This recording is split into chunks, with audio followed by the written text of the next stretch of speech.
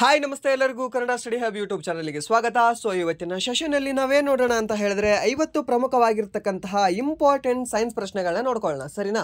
So ಎಲ್ಲಿಂದ ತಂದಿದ್ದೀರಾ sir ಇವ 50 ಪ್ರಶ್ನೆಗಳು ಅಂತ ಏನಾದರೂ ಕೇಳಿದ್ರೆ, ಸೆಂಟ್ರಲ್ ಗೌರ್ಮೆಂಟ್ ಎಕ್ಸಾಮ್ ಏನು ನಡೆಸ್ತಾರೆ ಗೊತ್ತಾ? ಸೊ ಸೆಂಟ್ರಲ್ ಗೌರ್ಮೆಂಟಲ್ಲಿ ನಿಮ್ಮ RRB RPF ಎಕ್ಸಾಮ್ ಆಗಿರಲಿ, NTPC ಆಗಿರಲಿ, ಡಿ ಗ್ರೂಪ್ ಆಗಿರಲಿ, ಮತ್ತು SSC MTS CHSL CGL ಮತ್ತು SSC GDಯಲ್ಲಿ ಮಿನಿಮಮ್ ಅಂದರೂ ನಿಮಗೆ 2 ರಿಂದ 3 ಬಾರಿ ನಿಮಗೆ ರಿಪೀಟೆಡ್ ಆಗಿರಬೇಕು ಈ ಸೈನ್ಸ್ ಪ್ರಶ್ನೆಗಳು. ಸೊ ಆ ರೀತಿಯ ಪ್ರಶ್ನೆಗಳೇನಾಗುತ್ತೆ ಅಂದರೆ ಇಂಪಾರ್ಟೆಂಟ್ ಆಗುತ್ತೆ. ಆ ಥರದ ಪ್ರಶ್ನೆಗಳು ಬಿಟ್ಟು ಕಾನ್ಸೆಪ್ಟ್ನ ಬೇರೆ ಕೇಳಕ್ಕೆ ಬಂದಿರೋದಿಲ್ಲ, ಸರಿನಾ? ಸೊ ಅದಕ್ಕೆ ಈ ಪ್ರಶ್ನೆಗಳು ಏನಾಗುತ್ತೆ ಅಂದರೆ ಇಂಪಾರ್ಟೆಂಟ್ ಆಗುತ್ತೆ, ರಿಪೀಟೆಡ್ ಆಗಿರುವ ಪ್ರಶ್ನೆಗಳು. ಸೊ ಮುಂದೆ ಕೂಡ ರಿಪೀಟ್ ಆಗುವ ಚಾನ್ಸು ಮಿನಿಮಮ್ ಅಂದ್ರೆ ನಿಮಗೆ ಒಂದು 80% ರಿಪೀಟ್ ಆಗುವ ಚಾನ್ಸಸ್ ಇರುತ್ತೆ, ಸರಿನಾ? ಸೊ ಅದಕ್ಕೆ ಈ ಕ್ಲಾಸ್ ನಿಮಗೆ ಯೂಸ್ಫುಲ್ ಆಗುತ್ತೆ ಅಂತ ಹೇಳ್ತಾ ಈ ಕ್ಲಾಸ್ನ ಸ್ಟಾರ್ಟ್ ಮಾಡೋಣ ಬನ್ನಿ. ಹಾಗೆ ಈ ವಿಡಿಯೋ ಸ್ಟಾರ್ಟ್ ಮಾಡೋಕ್ಕಿಂತ ಮುಂಚೆ ವಿಡಿಯೋ ಕೊನೆವರೆಗೂ ನೋಡಿ ಅಂತ ಹೇಳ್ತಾ, ಹಾಗೆ ವಿಡಿಯೋ ಕೊನೆವರೆಗೂ ನೋಡಿದ ನಂತರ ವಿಡಿಯೋ ಇಷ್ಟ ಆದರೆ ಲೈಕ್ ಮಾಡಿ, ಸಬ್ಸ್ಕ್ರೈಬ್ ಮಾಡಿ. ಇಫ್ ಇವನ್ ನಿಮಗೆ ವಿಡಿಯೋ ಇಷ್ಟ ಆಗಲಿಲ್ಲ ಅಂದರೆ ಸೊ ಆಬ್ವಿಯಸ್ಲಿ ಡಿಸ್ಲೈಕ್ ಮಾಡಿ ಅಂತ ಹೇಳ್ತಾ, ಮೊದಲ ಪ್ರಶ್ನೆ, what is the speed of light in a vacuum ಅಂತ ಕೇಳಿದ್ದಾನೆ, ಸರಿನಾ? ಸೊ ಕನ್ನಡದಲ್ಲಿ ಮತ್ತು ಇಂಗ್ಲೀಷಲ್ಲಿ ಎರಡೂ ವರ್ಷನಲ್ಲಿ ನಿಮಗೆ ಕ್ವಶನ್ ಸಿಗ್ತವೆ. ಯಾಕಂದರೆ ಕೆಲವೊಬ್ರು ಇಂಗ್ಲೀಷಲ್ಲಿ ಸೈನ್ಸ್ ಅರ್ಥ ಆಗುತ್ತೆ, ಕನ್ನಡದಲ್ಲಿ ಅರ್ಥ ಆಗಲ್ಲ. ಕೆಲವೊಬ್ಬರಿಗೆ ಕನ್ನಡದಲ್ಲೇ ಸೈನ್ಸ್ ಅರ್ಥ ಆಗುತ್ತೆ, ಇಂಗ್ಲೀಷಲ್ಲಿ ಅರ್ಥ ಆಗಲ್ಲ ಅಂತ ಮಾತ್ರ, ಸರಿನಾ? ಸೊ ಬೇರೆ ಎಲ್ಲ ನಿಮಗೆ ಸಬ್ಜೆಕ್ಟು ಕನ್ನಡದಲ್ಲೇ ಹೇಳಿದ್ರು ನಡೀತದೆ ಅಥವಾ ಇಂಗ್ಲೀಷಲ್ಲಿ ಹೇಳಿದ್ರು ಕೂಡ ನಡೀತದೆ. ಬಟ್ ಈ ಸೈನ್ಸ್ ಸಬ್ಜೆಕ್ಟ್ ಹೇಗೆ ಅಂದರೆ ನಿಮಗೆ ಎರಡು ಲ್ಯಾಂಗ್ವೇಜಲ್ಲಿ ಸ್ವಲ್ಪ ಹೇಳೋದು ಸ್ವಲ್ಪ ನೆಸಸರಿ ಆಗುತ್ತೆ. ಯಾಕೆ ಅಂದರೆ ಕೆಲವೊಂದು ಪದಗಳೇ ಹಾಗೆ ನಮಗೆ ಇದು ಮಾಡಿಬಿಡ್ತವೆ, ಕನ್ಫ್ಯೂಷನ್ ಮಾಡಿಬಿಡ್ತವೆ, ಸರಿನಾ? ಸೊ ಅದ್ರ ಸಲುವಾಗಿ ಸೊ ಏನು ಕೇಳಿದ್ದಾನೆ ಅಂದರೆ, what is the speed of light in a vacuum, ಅಥವಾ ಬೆಳಕಿನ ವೇಗವು ಶೂನ್ಯ ಖಾಲಿ ವಾಯುವಿನಲ್ಲಿ ಎಷ್ಟಿದೆ, ಅಥವಾ ಬೆಳಕಿನ ವೇಗವು ನಿರ್ವಾತದಲ್ಲಿ ಎಷ್ಟಿದೆ ಅಂತ ಕೇಳಬಹುದು ನಿಮಗೆ. ಓಕೆ, ನಿರ್ವಾತ ಅಂತ ಪದ ಬಳಸ್ಬೋದು. ಆ ನಿರ್ವಾತದಲ್ಲಿ ಬೆಳಕಿನ ವೇಗ 3 × 10⁸ ಮೀಟರ್ ಪರ್ ಸೆಕೆಂಡ, ಅಥವಾ 3 × 10⁷ ಮೀಟರ್ ಪರ್ ಸೆಕೆಂಡ, ಅಥವಾ 3 × 10⁶ ಮೀಟರ್ ಪರ್ ಸೆಕೆಂಡ, ಹಾಗೆ 3 × 10⁹ ಮೀಟರ್ ಪರ್ ಸೆಕೆಂಡ ಅಂತ ಕೊಟ್ಟಿದ್ದಾನೆ. ಸೊ ಇದಕ್ಕೆ ಸರಿಯಾದ ಉತ್ತರ ಯಾವುದಾಗುತ್ತೆ ಅಂತ ಹೇಳ್ಬೋದಾ? ಏನು ಮಾಡಿ ಅಂದರೆ, ನೀವು ಒಂದು ಪೆನ್ನು ಒಂದು ಪೇಪರು ತೊಗೊಂಡು ಕುಂತ್ಕೊಳ್ಳಿ. ಓಕೆ, ಸೊ 50 ಕ್ವಶನಲ್ಲಿ ನೀವು ಎಷ್ಟು ರೈಟ್ ಹಾಕ್ತೀರಾ ಅಂತ ನಿಮ್ಗೆ ಗೊತ್ತಾಗುತ್ತೆ, ಸರಿನಾ? ಸೊ ಅಂದರೆ ನಿಮಗೆ ಇದು ಈಸಿ ಇದಾವ ಅಥವಾ ಟಫ್ ಆಗಿದಾವ, ನಾನು ಇನ್ನು ಯಾವ ರೀತಿ ಓದ್ಕೋಬೇಕು ಅನ್ನೋದು ಸ್ವಲ್ಪ ಗೊತ್ತಾಗುತ್ತೆ. ಪ್ಲೀಸ್ ಒಂದು ಪೆನ್ನು ಒಂದು ಪೇಪರ್ನ ತೊಗೊಳ್ಳಿ, ಸರಿನಾ? ಸೊ ನೀವು ರೈಟ್ ಆಗಿರೋದನ್ನ ಟಿಕ್ ಮಾಡ್ಕೊಳ್ಳೋದು ಬೇಡ, ರಾಂಗ್ ಆಗಿರೋದು ಎಷ್ಟಿದಾವೆ ಅಂತ ಟಿಕ್ ಮಾಡ್ಕೊಳ್ಳಿ. ಓಕೆ, ಸೊ ಅದನ್ನು ಮಾತ್ರ ಮಾಡ್ಕೊಳ್ಳಿ. ನಿಮಗೆ 50ರಲ್ಲಿ ಅಷ್ಟು ರಾಂಗ್ ಆಗಿದ್ದು ಮೈನಸ್ ಮಾಡಿದ್ರೆ ನಿಮಗೆ ರೈಟ್ ಆಗೋದು ಎಷ್ಟು ಅಂತ ಗೊತ್ತಾಗುತ್ತೆ, ಸರಿನಾ? ಸೊ ಇದಕ್ಕೆ ಸರಿಯಾದ ಉತ್ತರ ಬಂದ್ಬಿಟ್ಟು ಏನಾಗುತ್ತೆ ಅಂದರೆ 3 × 10⁸ ಮೀಟರ್ ಪರ್ ಸೆಕೆಂಡ್ ಏನಿದೆ ಅಲ್ವಾ, ಸೊ ಇಷ್ಟು ಸ್ಪೀಡ್ ಇರುತ್ತೆ. ಯಾವುದ್ರದ್ದು? ಬೆಳಕಿನದು. ಓಕೆ, ಸೊ ಲೈಟ್ದು ಅಥವಾ ಬೆಳಕಿನ ಸ್ಪೀಡ್ ಎಷ್ಟಾಗಿರುತ್ತೆ ಅಂದರೆ ನಿಮಗೆ 3 × 10⁸ ಮೀಟರ್ ಪರ್ ಸೆಕೆಂಡ್ ಆಗುತ್ತೆ. ಸೊ ಇದು ಎಲ್ಲಿ ಅಂದರೆ ನಿಮಗೆ ನಿರ್ವಾತದಲ್ಲಿ, ಸರಿನಾ, ಅಥವಾ ವ್ಯಾಕ್ಯೂಮಲ್ಲಿ ಅಂತ ನಾವು ಹೇಳಬಹುದು. ಸೊ ಹಾಗೆ ನಿಮ್ಗೆ ಇನ್ನೊಂದು ಕಾನ್ಸೆಪ್ಟ್ ಗೊತ್ತಿರಲಿ, ಈ ಲೈಟು ಮತ್ತು ಸೌಂಡ್ ಏನಿದಾವಲ್ವಾ, ಎರಡೂ ಕೂಡ ಯೂನಿವರ್ಸಲಿ ಪ್ರಪೋರ್ಷನಲ್ ಇದ್ದಾವೆ. ಯೂನಿವರ್ಸಲಿ ಪ್ರಪೋರ್ಷನಲ್ ಹೇಗೆ ಸರ್, ಅಥವಾ ಅಪೋಸಿಟ್ ಅಂದರೆ ಹೇಗೆ ಸರ್ ಅಂತ ಕೇಳ್ಬೋದು ನೀವು, ಸರಿನಾ? ಸೊ ಇವಾಗ ಲೈಟ್, ಓಕೆ, ಈ ಲೈಟು ಅತಿ ಹೆಚ್ಚು ಸ್ಪೀಡ್ ಯಾವುದರಲ್ಲಿ ಟ್ರಾವೆಲ್ ಮಾಡುತ್ತೆ ಅಂತ ಕೇಳಿದ್ರೆ, ಸಾಲಿಡು, ಲಿಕ್ವಿಡು, ಗ್ಯಾಸ್ ಅಂತ ಕೇಳಿದಾಗ ನಿಮಗೆ ಸಾಲಿಡಲ್ಲಿ ಕಡಿಮೆ ಇದೆ. ಓಕೆ, ಇದಕ್ಕೆ ಸಾಲಿಡಲ್ಲಿ ಅಂದರೆ 1 ಮಾರ್ಕ್ಸ್ ಕೊಡ್ಬೋದು, ಲಿಕ್ವಿಡಲ್ಲಿ ಅಂದರೆ 2 ಮಾರ್ಕ್ಸ್ ಕೊಡ್ಬೋದು, ಗ್ಯಾಸಲ್ಲಿ ಅಂದರೆ 3 ಮಾರ್ಕ್ಸ್ ಕೊಡ್ಬೋದು. ಯಾಕೆ 3 ಮಾರ್ಕ್ಸ್ ಹೆಚ್ಚಿಗಿದೆ ಅಂದರೆ ಅತಿ ಹೆಚ್ಚು ಸ್ಪೀಡ್ ಎಲ್ಲಿದೆ ಅಂದರೆ ನಿಮಗೆ ಈ ಲೈಟಿನ ವೇಗ ಗಾಳಿಯಲ್ಲಿ ಅಥವಾ ಗ್ಯಾಸಿಯಸ್ ಫಾರ್ಮಲ್ಲಿ ಜಾಸ್ತಿ ವೇಗ ಇರುತ್ತೆ. ಬಟ್ ನಿಮಗೆ ಈ ಯಾವುದು ಹೇಳಿದೆ, ನಿಮಗೆ ಸೌಂಡ್ ಹೇಳಿದೆ ಅಲ್ವಾ, ಸೊ ಈ ಸೌಂಡ್ದು ಸ್ಪೀಡ್ ನಿಮಗೆ ಸಾಲಿಡಲ್ಲಿ ಜಾಸ್ತಿ ಇರುತ್ತಾ, ಲಿಕ್ವಿಡಲ್ಲಿ ಜಾಸ್ತಿ ಇರುತ್ತಾ, ಅಥವಾ ಗ್ಯಾಸಿಯಸಲ್ಲಿ ಜಾಸ್ತಿ ಇರುತ್ತಾ ಅಂತ ನಿಮಗೆ ಕೇಳಿದ್ರೆ, ಓಕೆ, ಘನ, ದ್ರವ, ಅನಿಲದಲ್ಲಿ ಅಂತ ಕೇಳಿದ್ರೆ ಘನದಲ್ಲಿ ಜಾಸ್ತಿ ಇರುತ್ತೆ. ಯಾವುದು? ನಿಮಗೆ ಸೌಂಡ್ದು, ಸರಿನಾ? ಸೊ ಅದಕ್ಕೆ ಯೂನಿವರ್ಸಲಿ ಐತಲ್ವಾ, ಸೊ ಅಲ್ಲಿ ಗ್ಯಾಸಸಲ್ಲಿ ಜಾಸ್ತಿ ಇದೆ, ಇಲ್ಲಿ ನಿಮಗೆ ಸಾಲಿಡಲ್ಲಿ ಜಾಸ್ತಿ ಇದೆ, ಘನದಲ್ಲಿ ಜಾಸ್ತಿ ಇದೆ, ಸರಿನಾ? ಸೊ ನೆನಪಿರಲಿ ನಿಮಗೆ. ಸೊ ಎರಡು ಕೂಡ ಅಪೋಸಿಟ್ ಆಗಿದ್ದಾವೆ. ಇವಾಗ ಲೈಟ್ ನಿಮಗೆ ಅತಿ ಹೆಚ್ಚು ಜಾಸ್ತಿ ನಿಮಗೆ ವೇಗ ಕಂಡುಬರೋದು ನಿಮಗೆ ಗಾಳಿಯಲ್ಲಿ ಅಥವಾ ಗ್ಯಾಸಿಯಸ್ ಫಾರ್ಮಲ್ಲಿ ಅಥವಾ ಅನಿಲದಲ್ಲಿ ಅಂತ ನಾವು ಹೇಳಿದ್ರೆ, ಈ ಸೌಂಡ್ ಏನಿದೆ ಅಲ್ವಾ, ಇದ್ರದ್ದು ಅತಿ ಹೆಚ್ಚು ಸ್ಪೀಡ್ ನಿಮಗೆ ಕಂಡುಬರೋದು ಸಾಲಿಡಲ್ಲಿ ಅಥವಾ ಘನದಲ್ಲಿ ಅಂತ ಹೇಳಬೇಕಾಗತ್ತೆ, ಸರಿನಾ? ಘನದಲ್ಲಿ, ಮೆಟಲ್ಗಳಲ್ಲಿ, ಲೋಹಗಳಲ್ಲಿ ಅಂತ ನಾವು ಹೇಳ್ತೀವಿ, ಸರಿನಾ? ಅದೇ ನೀವು ಏನಾದರೂ ಲೋಹದಲ್ಲಿ, ನಿಮ್ಮ ಮನೆಯ ಗೋಡೆಗಳಲ್ಲಿ ನೀವೇನಾದರೂ ಲೈಟ್ ಬಿಟ್ಟು ನೋಡಿ ಪಾಸ್ ಆಗುತ್ತಾ? ಆಗಲ್ಲ, ಸರಿನಾ? ಅದನ್ನೇ ನೀವು ಒಂದದಕ್ಕೆ ಹೊಡೀರಿ, ಓಕೆ, ಒಂದು ಕಲ್ಲು ತೊಗೊಂಡದಕ್ಕೆ ಹೊಡೀರಿ ಗೋಡೆಗೆ, ಸೌಂಡ್ ಬರುತ್ತೆ. ಯಾಕೆ? ಸೊ ಘನದಲ್ಲಿ ಜಾಸ್ತಿ ಇದೆ ಸ್ಪೀಡ್ ಇದ್ರದ್ದು, ಯಾವುದ್ರದ್ದು? ಸೌಂಡ್ದು, ಸರಿನಾ? ಇದು ಗೊತ್ತಿರಲಿ ನಿಮಗೆ ಕಾನ್ಸೆಪ್ಟು. ಆ್ಯಂಡ್ ದೆನ್ ನೆಕ್ಸ್ಟ್ ಪ್ರಶ್ನೆ ಏನಿದೆ ಅಂದರೆ, what is the Newton's first law called ಅಂತ ಕೇಳಿದ್ದಾನೆ. ನ್ಯೂಟನ್ನ ಮೊದಲ ನಿಯಮ ಏನ್ರಿ? ಓಕೆ, ನ್ಯೂಟನ್ನ ಟೋಟಲಿ 3 ನಿಯಮಗಳಿದ್ದಾವೆ. ಓಕೆ, 3 ನಿಯಮಗಳು ಬರ್ತವೆ. ಸೊ 1ನೇ ನಿಯಮ ಯಾವುದು, 2ನೇ ನಿಯಮ ಯಾವುದು, 3ನೇ ನಿಯಮ ಯಾವುದು ಅಂತ ನಿಮ್ಗೆ ಗೊತ್ತಿರಬೇಕು. ಯಾಕಂದರೆ 3 ನಿಯಮಗಳನ್ನು ಕೇಳ್ತಾನೆ, ಸರಿನಾ? ಕೇಳ್ತಾನೆ. ಸೊ ಏನು ಕೊಟ್ಟಿದ್ದಾರೆ ಇಲ್ಲಿ? ಲಾ ಆಫ್ ಇನರ್ಷಿಯಾ ಅಂದರೆ ನಿಶ್ಚಲತೆಯ ನಿಯಮ, ಮತ್ತು ವೇಗ ನಿಯಮ, ಗುರುತ್ವ ನಿಯಮ ಮತ್ತು ಕ್ರಿಯಾ ಪ್ರತಿಕ್ರಿಯಾ ನಿಯಮ ಅಂತ ಕೊಟ್ಟಿದ್ದಾನೆ, ಸರಿನಾ? ಸೊ ನ್ಯೂಟನ್ನ ಪ್ರಥಮ ನಿಯಮ ಯಾವುದು? ಸರಿ ಇಲ್ಲ, ನಿಶ್ಚಲತೆಯ ನಿಯಮ, ಲಾ ಆಫ್ ಇನರ್ಷಿಯಾ ಅಂತ ಕರಿತೀವಿ, ಸರಿನಾ. ಸೊ ಲಾ ಆಫ್ ಇನರ್ಷಿಯಾ ಏನು ಅಂದರೆ, ಇವಾಗ ನೀವು ಬಸ್ಸಲ್ಲಿ ಹೋಗ್ತಾ ಇರ್ತೀರಾ, ಓಕೆ, ಬಸ್ಸಲ್ಲಿ ಹೋಗ್ತಾ ಇರ್ತೀರಾ, ನಿದ್ದೆ ಬಂದಿರುತ್ತೆ, ಸುಮ್ಮನೆ ನೀವು ಮಲಗಿರ್ತೀರಾ, ಬಸ್ಸು ಒಂದು ಸ್ಪೀಡಲ್ಲಿ ಒಂದು 80 km/h, ಓಕೆ, 80 km/h ಏನೋ ಹೋಗ್ತಾ ಇರುತ್ತೆ. ನಿಮಗೆ ಏನಾದರೂ ಹಿಂದೆ ಮುಂದೆ ಆದಂಗೆ ಆಗುತ್ತಾ? ಇಲ್ಲ. ಸಡನ್ನಾಗಿ ಏನಾದರೂ ನಿಮಗೆ ಬ್ರೇಕ್ ಹೊಡೆದ, ಅವನು ಬಸ್ಸಿನ ಡ್ರೈವರ್ ಏನಿದಾನಲ್ವ, ಅವನು ಬ್ರೇಕ್ ಹೊಡೆದ ಅಂದರೆ ಸಡನ್ನಾಗಿ ಮುಂದೆ ಹೋಗಿ ಬಡ್ಕೋತೀರಿ ನೀವು. ಯಾಕೆ? ನೀವು ನಿಶ್ಚಲತೆಯಲ್ಲಿದ್ರಿ, ಓಕೆ, ನೀವು ಇನರ್ಷಿಯಾ ಮೂಮೆಂಟಲ್ಲಿದ್ರಿ, ನೀವು ಜಡತ್ವದ ಮೂಮೆಂಟಲ್ಲಿದ್ರಿ. ಸೊ ಬಟ್ ಏನಾಗುತ್ತೆ, ಸಡನ್ನಾಗಿ ಆ ಬಸ್ಸಿನ ಮೇಲೆ ಸ್ವಲ್ಪ ಪ್ರಭಾವ ಬೀರಿದಾಗ, ಅದರ ಮೇಲೆ ಶಕ್ತಿ ಬೀರಿದಾಗ ನಿಮ್ಮ ಮೇಲೂ ಕೂಡ ಅದು ಬೀರುತ್ತೆ. ಸೊ ನೀವು ಕೂಡ ಅಲ್ಗಾಡ್ತೀರಿ, ಸರಿನಾ. ಸೊ ಜಡತ್ವ ಅತಿ ಹೆಚ್ಚು ಎದರಲ್ಲಿ ಕಂಡು ಬರ್ತದೆ ಅಂತ ಕೇಳ್ತಾನೆ ನಿಮಗೆ. ಸೊ ಆಪ್ಷನ್ ಕೊಡ್ಬೋದು, ಏನು ಗೊತ್ತಾ? ಸೊ ಮೊನ್ನೆ ಯಾವುದರಲ್ಲಿ ನಮ್ಮ ರಾಜ್ಯದ ಗೌರ್ಮೆಂಟ್ ಎಕ್ಸಾಮ್ ಆಗಿತ್ತಲ್ವ, ಯಾವುದು ತಲಾಟಿ ಎಕ್ಸಾಮು, VO ಎಕ್ಸಾಮು, ಅದರಲ್ಲಿ ಆಪ್ಷನ್ ಏನು ಕೊಟ್ಟಿದ್ದ ಅಂದರೆ ಜಡತ್ವದ ನಿಯಮ ಈ ಕೆಳಗಿನ ಯಾವುದರಲ್ಲಿ ಅತಿ ಹೆಚ್ಚಾಗಿರ್ತದೆ ಅಂತ ಕೊಟ್ಟಿದ್ದ. ಸೊ ಆಪ್ಷನ್ ಎ ಏನಾಗಿತ್ತು ಅಂದರೆ ಲಾರಿಯಲ್ಲಿ ಕುಂತಾಗ, ಆಪ್ಷನ್ ಬಿ ಕಾರಿನಲ್ಲಿ ಹೊರಟಾಗ, ಆಪ್ಷನ್ 3 ಏನೋ ಬಂಡಿಯಲ್ಲಿ ಹೊರಟಾಗ, ಜಟಕಾ ಬಂಡಿಯಲ್ಲಿ, ಸರಿನಾ. ಅದು ಅಂದ್ರೆ ಆಪ್ಷನ್ 4 ಏನಿದೆ ಅಂದರೆ, ಆಪ್ಷನ್ 4 ಏನಿದೆ ಅಂದರೆ ನಿಮಗೆ ಆಟಿಕೆ ಸಾಮಾನಿನಲ್ಲಿ ಅಂತ ಕೊಟ್ಟಿದ್ದ. ಸೊ ಇದಕ್ಕೆ ಅತಿ ಹೆಚ್ಚು ನಿಮಗೆ ಜಡತ್ವದ ನಿಯಮ ಎಲ್ಲಿ ಕಂಡು ಬರುತ್ತೆ? ತಾಕತ್ತು ಎಲ್ಲಿ ಹೆಚ್ಚಿರುತ್ತೆ ಅಲ್ವಾ, ಅಲ್ಲೇ ಜಡತ್ವ ಕೂಡ ಜಾಸ್ತಿ ಇರುತ್ತೆ. ಯಾವುದಕ್ಕೆ ತಾಕತ್ತಿದೆ ಜಾಸ್ತಿ? ಆಟಿಕೆದಲ್ಲಿದೆಯಾ? ಇಲ್ಲ, ಇದಕ್ಕಿಂತ ಜಾಸ್ತಿ ಜಟಕಾ ಬಂಡಿಯಲ್ಲಿದೆ. ಜಟಕಾ ಬಂಡಿಯಲ್ಲಿ ಇದೆಯಾ? ಇಲ್ಲ, ಇದಕ್ಕಿಂತ ಜಾಸ್ತಿ ಕಾರಿನಲ್ಲಿದೆ. ಕಾರಿನಲ್ಲಿದೆಯಾ? ಇಲ್ಲ, ಇದಕ್ಕಿಂತ ಜಾಸ್ತಿ ನಿಮಗೆ ಈ ಲಾರಿಯಲ್ಲಿ ಕಂಡು ಬರುತ್ತೆ, ಸರಿನಾ. ಸರ್ ಲಾರಿಯಲ್ಲೂ ಇಲ್ಲ, ಟ್ರೈನ್ ಕೊಟ್ಟ ಮುಂದೆ ಅಂದರೆ ಟ್ರೈನ್ ಆಗುತ್ತೆ, ಸರಿನಾ. ನೆನಪಿರಲಿ, ಇದು ನಿಮಗೆ ಯಾವುದ್ರಲ್ಲಿ ತಾಕತ್ತು ಜಾಸ್ತಿ ಇರುತ್ತೆ, ಯಾವುದ್ರಲ್ಲಿ ಶಕ್ತಿ ಜಾಸ್ತಿ ಇರುತ್ತೆ ಅಲ್ವಾ. ಸೊ ಅಲ್ಲಿ ಡೈರೆಕ್ಟ್ಲಿ ಏನಂದರೆ ನಿಮಗೆ ಜಡತ್ವ ಕೂಡ ಜಾಸ್ತಿ ಆಗಿರುತ್ತೆ, ಸರಿಯಾ. ಇದು ಗೊತ್ತಿರಲಿ ನಿಮಗೆ. ಸೊ ಇದು ಯಾವುದಾಗಿತ್ತು? ನ್ಯೂಟನ್ನ ಮೊದಲ ನಿಯಮ. ಹಾಗೆ ನ್ಯೂಟನ್ನ ಎರಡನೇ ನಿಯಮ ಅಂತ ನಿಮಗೆ ಕೇಳಿದ್ರೆ ಏನಂತ ಹೇಳ್ತೀರಾ? ವೇಗೋತ್ಕರ್ಷದ ನಿಯಮ ಅಂತ ಹೇಳಬೇಕಾಗುತ್ತೆ, ಸರಿನಾ. ವೇಗೋತ್ಕರ್ಷದ ನಿಯಮ ಅಂತ ಬರುತ್ತೆ ಎರಡನೇ ನಿಯಮ. ಹಾಗೆ ಮೂರನೇ ನಿಯಮ, ಹಾಗೆ ಫೇಮಸ್ ನಿಯಮ, ನಿಮ್ಮ ಫುಲ್ ಆ್ಯಟಿಟ್ಯೂಡ್ ನಿಯಮ ಯಾವುದು? Every action has a equal and opposite reaction. ಪ್ರತಿಯೊಂದು ಕ್ರಿಯೆಯು ತದ್ವಿರುದ್ಧವಾದ ಪ್ರತಿಕ್ರಿಯೆ ಹೊಂದಿರ್ತದೆ. ಪ್ರತಿಯೊಂದು ಕ್ರಿಯೆ ಏನಿದೆ ಅಲ್ವಾ, ಅದು ತದ್ವಿರುದ್ಧವಾದ ಪ್ರತಿಕ್ರಿಯೆ ಹೊಂದಿರ್ತದೆ. ಹೇಗೆ ಸರ್? ಓಕೆ, ಇವಾಗ ಸುಮ್ಮನೆ ನೀವು ನಿಮ್ಮ ಪಾಡಿ ನೀವು ಕುಂತಿರ್ತೀರಾ, ಯಾವನೋ ಬಂದು ನಿಮ್ಗೊಂದು ಕಪ್ಪ ಹಾಳಿ ಕೊಡ್ತಾನೆ, ಸುಮ್ಮನೆ ಕೊಡ್ತೀರಾ? ಹೊಳ್ಳಿ ನೀವೊಂದು ಬಿಡ್ತೀರಿ, ಓಕೆ. ಸೊ ಅದು ಏನು? Every action has a equal and opposite reaction. ನೀವು ಮಾಡ್ತೀರಿ ಗೊತ್ತಾ, ಯಾವನಾದ್ರೂ ಒಂದು ಬಂದು ನಿಮ್ಮ ಕಪ್ಪಾಳಿಗೆ ಹೊಡೆದಾಗ ಹೊಳ್ಳಿ ರಿಟರ್ನ್ ಫಾಡಾನೆ ಹೊಡಿತೀರಲ್ಲ. ಸೊ ಅದು ನ್ಯೂಟನ್ನ ಮೂರನೇ ನಿಯಮ, ನೆನ್ಪಿಟ್ಕೊಳ್ಳಿ ಇದು, ಓಕೆ. ಸೊ ಇದು ಲೈಫ್ಗೆ ಭಾಳ ಇಂಪಾರ್ಟೆಂಟ್ ಆಗುತ್ತೆ. ನೀನೇನು ಕೊಡ್ತೀಯೋ ನಾನು ಅದು ಕೊಡ್ತೀನಿ ಅಷ್ಟೇ, ಆ್ಯಸ್ ಲೈಕ್ ಅ ಮಿರರ್, ಹಾಗೆ ಇದು, ಸರಿನಾ. ಸೊ ಲೈಫ್ ಕೂಡ ಹಾಗೆ. ಸೊ ನ್ಯೂಟನ್ ಕೂಡ ಅವಾಗಲೇ ಹೇಳಿದಾನಿದು, ಸರಿನಾ. ನೆನ್ಪಿಟ್ಕೊಳ್ಳಿ ಇದನ್ನು. ಸೊ ಅದಾದ ನಂತರ ಗುರುತ್ವದ ನಿಯಮ ಅಂತ ಬರುತ್ತೆ. ಈ ಗುರುತ್ವದ ನಿಯಮ ಕೊಟ್ಟವನು ಯಾರು ಅಂತ ಕೇಳ್ತಾನೆ ನಿಮಗೆ. ಈ ಗುರುತ್ವದ ನಿಯಮ ನೀವು ಕೇಳಿರಬೇಕು. ಆ್ಯಪಲ್ ಬಿತ್ತು ತಲೆ ಮೇಲೆ, ಯಾನ್ ತಲೆ ಮೇಲೆ? ಇದೇ ನ್ಯೂಟನ್ನ ತಲೆ ಮೇಲೆ ಆ್ಯಪಲ್ ಬಿತ್ತು, ಅವನೇ ಗುರುತ್ವದ ನಿಯಮನ ಕಂಡು ಹಿಡ್ದ, ಗುರುತ್ವದ ನಿಯಮನ ಕೊಟ್ಬಿಟ್ಟ. ಸೊ ಕೆಲವೊಂದು ಮೀಮ್ಸಲ್ಲೆಲ್ಲ ನೀವು ನೋಡಿರ್ಬೋದು, ಅವನ ತಲೆ ಮೇಲೆ ಸೇಬು ಬೆಳೆದಿರಲಿಲ್ಲ, ಆ್ಯಪಲ್ ಬೆಳೆದಿರಲಿಲ್ಲ, ಕುಂಬಳಕಾಯಿ ಬೆಳೆದಿತ್ತು, ಅವನೇ ಮೇಲೆ ಹೋಗ್ತಿದ್ದ ಶಿವ ಅಂತ ಕೇಳಿರ್ತೀರ ನೀವು, ಸರಿಯಾ. ಸೊ ಆ ರೀತಿ ಫನ್ನಲ್ಲಾದರೂ ನೆನ್ಪಿಟ್ಕೊಳ್ಳಿ. ಆ್ಯಂಡ್ ದೆನ್ ನೆಕ್ಸ್ಟ್ ಪ್ರಶ್ನೆ ಏನಿದೆ ಅಂದರೆ ಮೂರನೇ ಪ್ರಶ್ನೆ, what is the unit of electrical current ಅಂತ ಕೊಟ್ಟಿದ್ದಾನೆ. ಸೊ ಎಲೆಕ್ಟ್ರಿಕಲ್ ಕರೆಂಟ್ ಅಂತ ಹೀಗೆ ಬರಿತೀವಿ, CURRENT. ಸೊ ಕರೆಂಟ್ದು ಯೂನಿಟ್ C ಆಗಿರುತ್ತಾ? ಇಲ್ಲ, C ಇಲ್ಲ. ಸೊ ಇದ್ರದ್ದು ಈ ಕರೆಂಟ್ಗೆ ಇನ್ನೊಂದು ಹೆಸರಿನಿಂದ ಇನ್ನೊಂದು ಯೂನಿಟ್ ಇದೆ. ಇದಕ್ಕೆ ಏನು ಯೂನಿಟ್ ಇದೆ ಅಂದರೆ ಆಂಪಿಯರ್ ಅನ್ನೋ ಯೂನಿಟ್ ಇದೆ, ಸರಿನಾ. ಸೊ ಕರೆಂಟ್ ಯೂನಿಟ್ ಯಾವ್ದು ಬರುತ್ತೆ ಅಂದರೆ ನಿಮಗೆ ಆಂಪಿಯರ್ ಬರುತ್ತೆ, ಸರಿನಾ. ಇದು ಗೊತ್ತಿರಲಿ ನಿಮಗೆ. ಆ್ಯಂಡ್ ದೆನ್ ಓಮ್ ಎದರ ಯೂನಿಟ್ ಇದೆ ಅಂತ ಕೇಳ್ತಾನೆ ನಿಮಗೆ, ಸರಿನಾ. ಸೊ ಆಂಪಿಯರ್ ನಿಮಗೆ ಎದರ ಯೂನಿಟ್ ಆಗಿತ್ತು? ಎಲೆಕ್ಟ್ರಿಕಲ್ ಕರೆಂಟ್ ಆಗಿತ್ತು. ಅಥವಾ ವಿದ್ಯುತ್ ಪ್ರವಾಹ, ನಿಮ್ಮ ಕನ್ನಡದಲ್ಲಿ ಹೇಳ್ತೀನಿ ಕೇಳಿ, ಕನ್ನಡದಲ್ಲಿ ಹೇಳೋದು ಮರೆತುಬಿಟ್ಟೆ. ವಿದ್ಯುತ್ ಪ್ರವಾಹದ ಯೂನಿಟ್ ಯಾವುದು ಅಂತ ಕೇಳ್ತಾನೆ. ವಿದ್ಯುತ್ ಪ್ರವಾಹದ ಮಾಪಕ ಯಾವುದು ಅಂತ ಕೇಳ್ತಾನೆ ನಿಮಗೆ. ಆಂಪಿಯರ್ನಲ್ಲಿ ಮಾಪನ ಮಾಡ್ತಾರೆ, ಸರಿನಾ. ಇದು ಗೊತ್ತಿರಲಿ ನಿಮಗೆ. ಹಾಗೆ ಈ ಓಮ್ ಅನ್ನೋದು ಯಾವುದರ ಮಾಪಕ? ಓಂ ನಮಃ ಶಿವಾಯ ಇದು ಅಲ್ಲ, ಓಕೆ. ಸೊ ಇದು ಓಂ ನಮಃ ಶಿವಾಯ ನಮ್ಮದು, ಬಟ್ ಇಲ್ಲಿ ಓಮ್ ಅಂತ ಬರುತ್ತೆ, ಸರಿನಾ. ಇದು ಈ ಓಮ್, ನಾನು ಹೇಳ್ತಾ ಇರೋದು ಈ ಓಮು, ಬಟ್ ನಾನು ಹೇಳ್ತಾ ಇರೋದು ಈ ಓಮ್ ಅಲ್ಲ, ಸರಿನಾ. ಈ ಓಮ್ ಅಲ್ಲ, ಇದು ಈ ಓಮ್ ನಮ್ದಿದು, ಸರಿನಾ. ಇದು ಈ ಓಮ್ ಹೇಳ್ತಾ ಇದ್ದೀನಿ. ಈ ಓಮ್ ಅನ್ನೋದು ಯಾವುದರ ಮಾಪಕ ಅಂತ ಕೇಳ್ತಾನೆ. ರೆಸಿಸ್ಟೆನ್ಸ್ ಅಂತ ಬರುತ್ತೆ, ಸರಿನಾ. ಸೊ ರೆಸಿಸ್ಟೆನ್ಸ್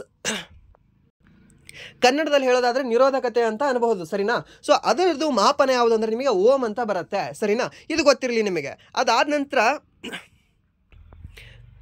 ನೆಕ್ಸ್ಟ್ ಇದು ಎರಡು ಆಪ್ಷನ್ದು ಮುಂದೆ ನಿಮಗೆ ಕ್ವಶನ್ ಇದ್ದಾವೆ, ಅಲ್ಲಿ ಹೇಳಿರ್ತೀನಿ, ಸರಿನಾ. ಆ್ಯಂಡ್ ದೆನ್ ನಾಲ್ಕನೇ ಪ್ರಶ್ನೆ ಏನಿದೆ ಅಂದರೆ what is the unit off frequency ಅಂತ ಕೇಳಿದ್ದಾನೆ. ಆವೃತ್ತಿಯ ಏಕಮಾನ ಯಾವುದು ಅಂತ ಕೇಳಿದ್ದಾನೆ, ಸರಿನಾ. ಆವೃತ್ತಿ ಅಂತ ಬರುತ್ತೆ, ಸರಿನಾ. ಸೊ ಈ ಆವೃತ್ತಿಯ ಏಕಮಾನ ಯಾವುದು ಅಂತ ಕೇಳಿದ್ದಾನೆ. ಸೊ ಫ್ರೀಕ್ವೆನ್ಸಿಯ ಏಕಮಾನ ಯಾವುದು, ಫ್ರೀಕ್ವೆನ್ಸಿಯ ಯೂನಿಟ್ ಯಾವುದು, ಅಥವಾ ಆವೃತ್ತಿಯ ಏಕಮಾನ ಯಾವುದು ಅಂತ ಕೇಳಿದ್ದಾನೆ. ಸೊ ಆಪ್ಷನ್ ಏನು ಕೊಟ್ಟಿದ್ದಾನೆ, ಸೆಕೆಂಡ್ ಅಂತ ಕೊಟ್ಟಿದ್ದಾನೆ, ಹರ್ಜ್ ಅಂತ ಕೊಟ್ಟಿದ್ದಾನೆ, ಮೀಟರ್ ಅಂತ ಕೊಟ್ಟಿದ್ದಾನೆ, ಮತ್ತು ಕೂಲಂಬ್ ಅಂತ ಕೊಟ್ಟಿದ್ದಾನೆ. ಸೊ ಇದಕ್ಕೆ ಸರಿಯಾದ ಉತ್ತರ ಯಾವುದಾಗುತ್ತೆ ಹೇಳ್ಬೋದಾ? ಸೊ ಸರಿಯಾದ ಉತ್ತರ ಬಂದ್ಬಿಟ್ಟು ಇದಕ್ಕೆ ಹರ್ಜ್ ಆಗುತ್ತೆ. ಸರ್ ಕನ್ನಡದಲ್ಲಿ ಹೇಳಿ. ಸೊ ಕನ್ನಡದಲ್ಲೂ ಕೂಡ ಹರ್ಜ್ ಆಗುತ್ತೆ, ಸರಿನಾ. ಸೊ ಹರ್ಜ್ ಆಗುತ್ತೆ, ನೆನ್ಪಿಟ್ಕೊಳ್ಳಿ ಇದನ್ನು. ಓಕೆ, ಹರ್ಜ್ ಅಂತ ಹೀಗೆ ಬರಿತೀವಿ, ಸರಿಯಾ. ಇದು ಗೊತ್ತಿರಲಿ ನಿಮಗೆ. ಫ್ರೀಕ್ವೆನ್ಸಿ ಅಂತ ಹೀಗೆ ಬರಿತೀವಿ, ಎಫ್ ಇಂದ ಸಿಂಬಲ್ ಮಾಡ್ತೀವಿ. ಹಾಗೆ ನಿಮ್ಗೆ ಕೇಳ್ಬೋದು, ನಮ್ಮ ಭಾರತದಲ್ಲಿ ಎಷ್ಟು ಫ್ರೀಕ್ವೆನ್ಸಿ, ಕರೆಂಟಲ್ಲಿ ಎಷ್ಟು ಫ್ರೀಕ್ವೆನ್ಸಿ ನಾವು ಮೇಂಟೈನ್ ಮಾಡ್ತೀವಿ ಅಂತ ಕೇಳ್ಬೋದು. ನಮ್ಮ ಭಾರತದಲ್ಲಿ ಆದರೆ ನಾವು 50 ಫ್ರೀಕ್ವೆನ್ಸಿ, 50 ಹರ್ಜ್ ಏನಿದೆ ಅಲ್ವಾ, ಸೊ 50 ಹರ್ಜನ್ನ ನಾವು ಮೇಂಟೈನ್ ಮಾಡ್ತೀವಿ. ಇಲ್ಲ ಸರ್ ನಾನು ನಮ್ಮ ಮನೆಯಲ್ಲಿ 80 ಮಾಡ್ತೀನಿ. ಇಲ್ಲ ಸರ್ ಮಾಡೋಕ್ಕಾಗಲ್ಲ, ಯಾಕೆಂದರೆ ನಿಮ್ಮ KBಯಿಂದ KPTCLಯಿಂದ ಏನು ಬರುತ್ತೆ ಗೊತ್ತಾ, ಸೊ ಅಲ್ಲೇ ಅದು ಫ್ರೀಕ್ವೆನ್ಸಿ ಬಂದಿರುತ್ತೆ, ಸರಿನಾ. ಸೊ ನಿಮ್ಮ ಮನೆಯಲ್ಲಿರುವ ಪ್ರತಿಯೊಂದು ಮಿಕ್ಸರ್ ಆಗಿರಲಿ, ಕುಕ್ಕರ್ ಆಗಿರಲಿ, ನಿಮ್ಮ ಕುಕ್ಕರ್ ಎಲೆಕ್ಟ್ರಿಕಲ್ದಿಲ್ಲ ಅಲ್ವಾ, ಮಿಕ್ಸರು ಮತ್ತು ಗ್ರೈಂಡರು ಮತ್ತು ನಿಮ್ಮ ಫ್ರಿಜ್ಜು, ನಿಮ್ಮ TV ಎಲ್ಲವೂ ಕೂಡ ಈ ಎಲೆಕ್ಟ್ರಾನಿಕ್ಸ್ ಐಟಮ್ಸು ಎಷ್ಟಕ್ಕೆ ಸೆಟ್ ಮಾಡಿದೆ ಅಂದರೆ 50 ಹರ್ಜ್ಗೆ ಸೆಟ್ ಮಾಡಲಾಗಿದೆ.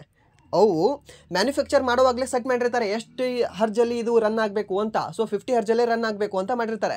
ಯಾಕೆ ಅಂದರೆ ನಮ್ಮ KPTCL ಪವರ್ ಗ್ರಿಡ್ ಏನಿದಾವಲ್ವಾ, ಸೊ ಎಲ್ಲ ಕೂಡ ನಮ್ಮ ಭಾರತದಾದ್ಯಂತ ಏನು ಸಪ್ಲೈ ಮಾಡ್ತಾ ಅಂದರೆ 50 ಹರ್ಜ್ ಸಪ್ಲೈ ಮಾಡ್ತಾರೆ, ಸರಿನಾ. ಫ್ರೀಕ್ವೆನ್ಸಿ ಎಷ್ಟು ಸಪ್ಲೈ ಮಾಡ್ತಾ ಅಂದರೆ 50 ಹರ್ಜ್ ಸಪ್ಲೈ ಮಾಡುತ್ತೆ, ಸರಿನಾ, ಗೊತ್ತಿರಲಿ. ಹಾಗೆ 60 ಎಲ್ಲ ಎಲ್ಲಿ ಕಂಡು ಬರುತ್ತೆ ಅಂತ ಕೇಳ್ತಾನೆ. 60 ಹರ್ಜ್ ಇದೆ. ಇವಾಗ ನಾನಿರ್ತಕ್ಕಂತಹ ಒಂದು ಏರಿಯಾದಲ್ಲಿ 60 ಹರ್ಜ್ ನನಗೆ ಫ್ರೀಕ್ವೆನ್ಸಿ ಇದೆ. ಹಾಗಾದರೆ ನಾನು ಯಾವ ದೇಶದಲ್ಲಿರಬಹುದು ಇವಾಗ ಹೇಳಿ ನೋಡೋಣ ಅಂತ ಕೇಳ್ತಾನೆ, ಸರಿನಾ.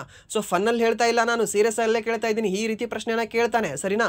ಸೊ ಹಾಗೆ ಕೇಳಿದಾಗ ಆಪ್ಷನ್ ಏನು ಕೊಡ್ಬೋದು ನಿಮಗೆ, ಇಂಡಿಯಾ ಅಂತ ಕೊಡ್ಬೋದು option A, option B Bangla ಅಂತ ಕೊಡ್ಬೋದು, ಆಪ್ಷನ್ ಸಿ ನಿಮಗೆ ಯಾವುದು ಚೀನಾ ಅಂತ ಕೊಡ್ಬೋದು, ಆಪ್ಷನ್ ಡಿ ನಿಮಗೆ ಅಮೇರಿಕಾ ಅಂತ ಕೊಡ್ಬೋದು. ಇಲ್ಲಿ ಸರಿಯಾದ ಉತ್ತರ ಯಾವುದಾಗುತ್ತೆ ಅಂದರೆ ಅಮೇರಿಕಾ ಆಗುತ್ತೆ, ಸರಿನಾ. ಸೊ ಅಮೇರಿಕಾ ಮತ್ತು UK, ಕೆನಡಾ, ಮೆಕ್ಸಿಕೋ ಮತ್ತು ಬ್ರೆಜಿಲ್, ಅರ್ಜೆಂಟೀನಾ ಈ ತರಹದ ದೇಶಗಳಲ್ಲಿ ಅವರೆಷ್ಟು ಫ್ರೀಕ್ವೆನ್ಸಿ ಮೇಂಟೈನ್ ಮಾಡ್ತಿದ್ದಾರೆ ಅಂದರೆ 60 ಹರ್ಜ್ ಮೇಂಟೈನ್ ಮಾಡ್ತಾ ಇದ್ದಾರೆ. ಸರಿ, ಇದು ಗೊತ್ತಿರಲಿ ನಿಮಗೆ, ಸರಿಯಾ. ಆ್ಯಂಡ್ ದೆನ್ ನೆಕ್ಸ್ಟ್ 5ನೇ ಪ್ರಶ್ನೆ ಏನಿದೆ ಅಂದರೆ what is the speed of sound in air ಅಂತ ಕೊಟ್ಟಿದ್ದಾನೆ. ಸೊ ಧ್ವನಿಯ ವೇಗವು, ಸರಿನಾ. ಧ್ವನಿ ಇವಾಗ ನಾನು ಮಾತಾಡ್ತಿದ್ದೀನಿ ಅಲ್ವಾ, ನನ್ನ ಸೌಂಡ್ ಬರ್ತಾ ಇದೆ ಅಲ್ವಾ ನಿಮಗೆ. ಸೊ ಈ ಧ್ವನಿಯ ವೇಗವು ಗಾಳಿಯಲ್ಲಿ ಏನು, ನಾನು ನಿಮಗೆ ಆಲ್ರೆಡಿ ಹೇಳಿದ್ದೆ, ಲೈಟ್ದು ಏನಿದೆ ಅಲ್ವಾ, ಬೆಳಕಿನ ವೇಗ ಏನಿದೆ ಅಲ್ವಾ, ಅದು ಗಾಳಿಯಲ್ಲಿ ಜಾಸ್ತಿ ಇದೆ. ಹಾಗೆ ಸೌಂಡ್ದು ಏನಿದೆ ಅಲ್ವಾ, ಅದು ಗಾಳಿಯಲ್ಲಿ ಕಡಿಮೆ ಇದೆ ಅಂತ ಹೇಳಿದ್ದೆ ನಾನು ನಿಮಗೆ, ಸರಿನಾ. ಸೊ ಕಡಿಮೆ ಇದೆ ಅಂತ ಗೊತ್ತಾಯಿತು ನಮಗೆ, ಬಟ್ ಎಷ್ಟಿದೆ ಅಂತ ಬೇಕಲ್ವಾ. ಓಕೆ, ಎಷ್ಟಿದೆ ಅಂತ ಬೇಕು. 300 ಮೀಟರ್ ಪರ್ ಸೆಕೆಂಡ್ ಇದೆಯಾ, ಅಥವಾ 1500 ಮೀಟರ್ ಪರ್ ಸೆಕೆಂಡ್ ಇದೆಯಾ, ಅಥವಾ 343 ಮೀಟರ್ ಪರ್ ಸೆಕೆಂಡ್ ಇದೆಯಾ, ಅಥವಾ 200 ಮೀಟರ್ ಪರ್ ಸೆಕೆಂಡ್ ಇದೆಯಾ ಅಂತ ಕೇಳಿದ್ರೆ 343 ಮೀಟರ್ ಪರ್ ಸೆಕೆಂಡ್ ಇದೆ, ಸರಿನಾ. ಸೊ ಗಾಳಿಯಲ್ಲಿ ಸರಿನಾ, ಗಾಳಿಯಲ್ಲಿ ಧ್ವನಿಯ ವೇಗವು ಎಷ್ಟಿದೆ ಅಂತ ಕೇಳಿದ್ರೆ, ಧ್ವನಿಯ ಸ್ಪೀಡು, ಸೌಂಡಿನ ಸ್ಪೀಡ್ ಎಷ್ಟಿದೆ ಅಂತ ಕೇಳಿದ್ರೆ ಗಾಳಿಯಲ್ಲಿ 343 ಮೀಟರ್ ಪರ್ ಸೆಕೆಂಡ್ ಬರುತ್ತೆ, ಸರಿನಾ. ಕಿಲೋಮೀಟರ್ ಪರ್ ಮತ್ತು ಅವರಲ್ಲಿ ಅದನ್ನೇನು ಹಾಕಕ್ಕೆ ಹೋಗಬೇಡಿ, ಸರಿನಾ. ಸೊ 343 ಮೀಟರ್ ಪರ್ ಸೆಕೆಂಡ್, ನೆನಪಿರಲಿ ಇದು ನಿಮಗೆ. 343 ಮೀಟರ್ ಪರ್ ಸೆಕೆಂಡ್. 343ನೇ ವಿಧಿ ಏನು ಹೇಳ್ತದೆ ಹೇಳ್ಬೋದಾ, ಕಮೆಂಟ್ ಮಾಡ್ಬೋದಾ ಯಾರಾದರೂ? ಸರ್ ಕಾನ್ಸ್ಟಿಟ್ಯೂಷನ್ಸಿ ಪೊಲಿಟಿ ಇದರಲ್ಲಿ ಯಾಕ್ರಿ ಸರ್, ಸಂವಿಧಾನ ಇದರಲ್ಲಿ ಯಾಕೆ ಹೇಳಿ ನೋಡೋಣ. ಲಿಂಕ್ ಮಾಡ್ತಾ ಇರ್ಬೇಕು ಅವಾಗ ಅದಕ್ಕೆ. ಸೊ ಅಲ್ಲಿ ಅದನ್ನು ಇದು ನೆನಪಿದ್ರೆ ಅದು ಆದರೂ ನೆನ್ಪುಳಿತದೆ ನಿಮಗೆ ಇನ್ನು ಮುಂದೆ. ಸೊ ಅದು ಗೊತ್ತಿದ್ರೆ ಇದು ನೆನ್ಪುಳಿತದೆ ಇನ್ನು ಮುಂದೆ ನಿಮಗೆ ಪರ್ಮನೆಂಟಾಗಿ, ಸರಿನಾ. ಎರಡು ಗೊತ್ತಿಲ್ಲ ಅಂದರೆ ಎರಡು ನೆನ್ಪುಳಿತವೆ, ನೋಡ್ಕೊಳ್ಳಿ ಒಂದು ಸರಿ ಬೇಕಾದರೆ. ಸೊ 343 ವಿಧಿ ಯಾವುದಕ್ಕೆ ಸಂಬಂಧಿಸಿದೆ ಕಮೆಂಟ್ ಮಾಡ್ಬೋದಾ, ಹೇಳಿ ನೋಡೋಣ.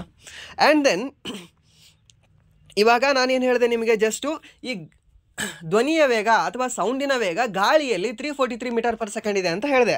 ಹಾಗೆ ಲಿಕ್ವಿಡಲ್ಲಿ ಎಷ್ಟಿದೆ, ದ್ರವದಲ್ಲಿ ಎಷ್ಟಿದೆ ಈ ಸೌಂಡಿನ ವೇಗ ಅಂತ ಕೇಳಿದಾಗ 1500 ಮೀಟರ್ ಪರ್ ಸೆಕೆಂಡ್ ಬರುತ್ತೆ. ಓಕೆ, ಸೊ ಆಸುಪಾಸು 1500 ಮೀಟರ್ ಪರ್ ಸೆಕೆಂಡ್ ಏನಿದೆ ಅಲ್ವಾ, ಇದು ನಿಮಗೆ ದ್ರವದಲ್ಲಿ ಕಂಡು ಬರುತ್ತೆ. ಇದರ ಸ್ಪೀಡು, ಸೌಂಡಿನ ಸ್ಪೀಡು, ಧ್ವನಿಯ ಸ್ಪೀಡು, ಸರಿನಾ. ಇದು ನಿಮ್ಗೆ ಗೊತ್ತಿರಲಿ. ಸೊ 200 ಮೀಟರ್ ಪರ್ ಸೆಕೆಂಡ್ ಯಾವುದಕ್ಕೂ ಕೂಡ ಬರೋದಿಲ್ಲ. 200 ಅನ್ನೋ ವರ್ಡೇ ನೆನಪಿಟ್ಕೊಳ್ಳೋಕೆ ಹೋಗಬೇಡಿ ನೀವು, ಸರಿನಾ. ಆ್ಯಂಡ್ ಅದು ಆದ ನಂತರ ನೆಕ್ಸ್ಟ್ ಪ್ರಶ್ನೆ ಏನಿದೆ ಅಂದರೆ ಹೂ ಡಿಸ್ಕವರ್ಡ್ ದ ಗ್ರಾವಿಟೇಷನಲ್ ಫೋರ್ಸ್, ಗುರುತ್ವಾಕರ್ಷಣ ಬಲವನ್ನು ಯಾರಿಂದ ಕಂಡು ಹಿಡಿಯಲಾಯಿತು ಅಂತ ಕೇಳಿದ್ದಾನೆ. ಗುರುತ್ವ ಬಲವನ್ನು ಯಾರು ಕಂಡು ಹಿಡಿದ್ರಿ? ಭೂಮಿಗೆ ಗುರುತ್ವ ಬಲ ಇದೆ. ಸೊ ಇಲ್ಲಿ ಭೂಮಿ ಇದೆ. ಇವಾಗ ಭೂಮಿಯಿಂದ ಮೇಲೆ ನಾವು ಒಂದು ಚೆಂಡು ಎಸೆದಾಗ ಕೆಳಗಡೆನೇ ಬರುತ್ತೆ ಚೆಂಡು, ಸರಿನಾ.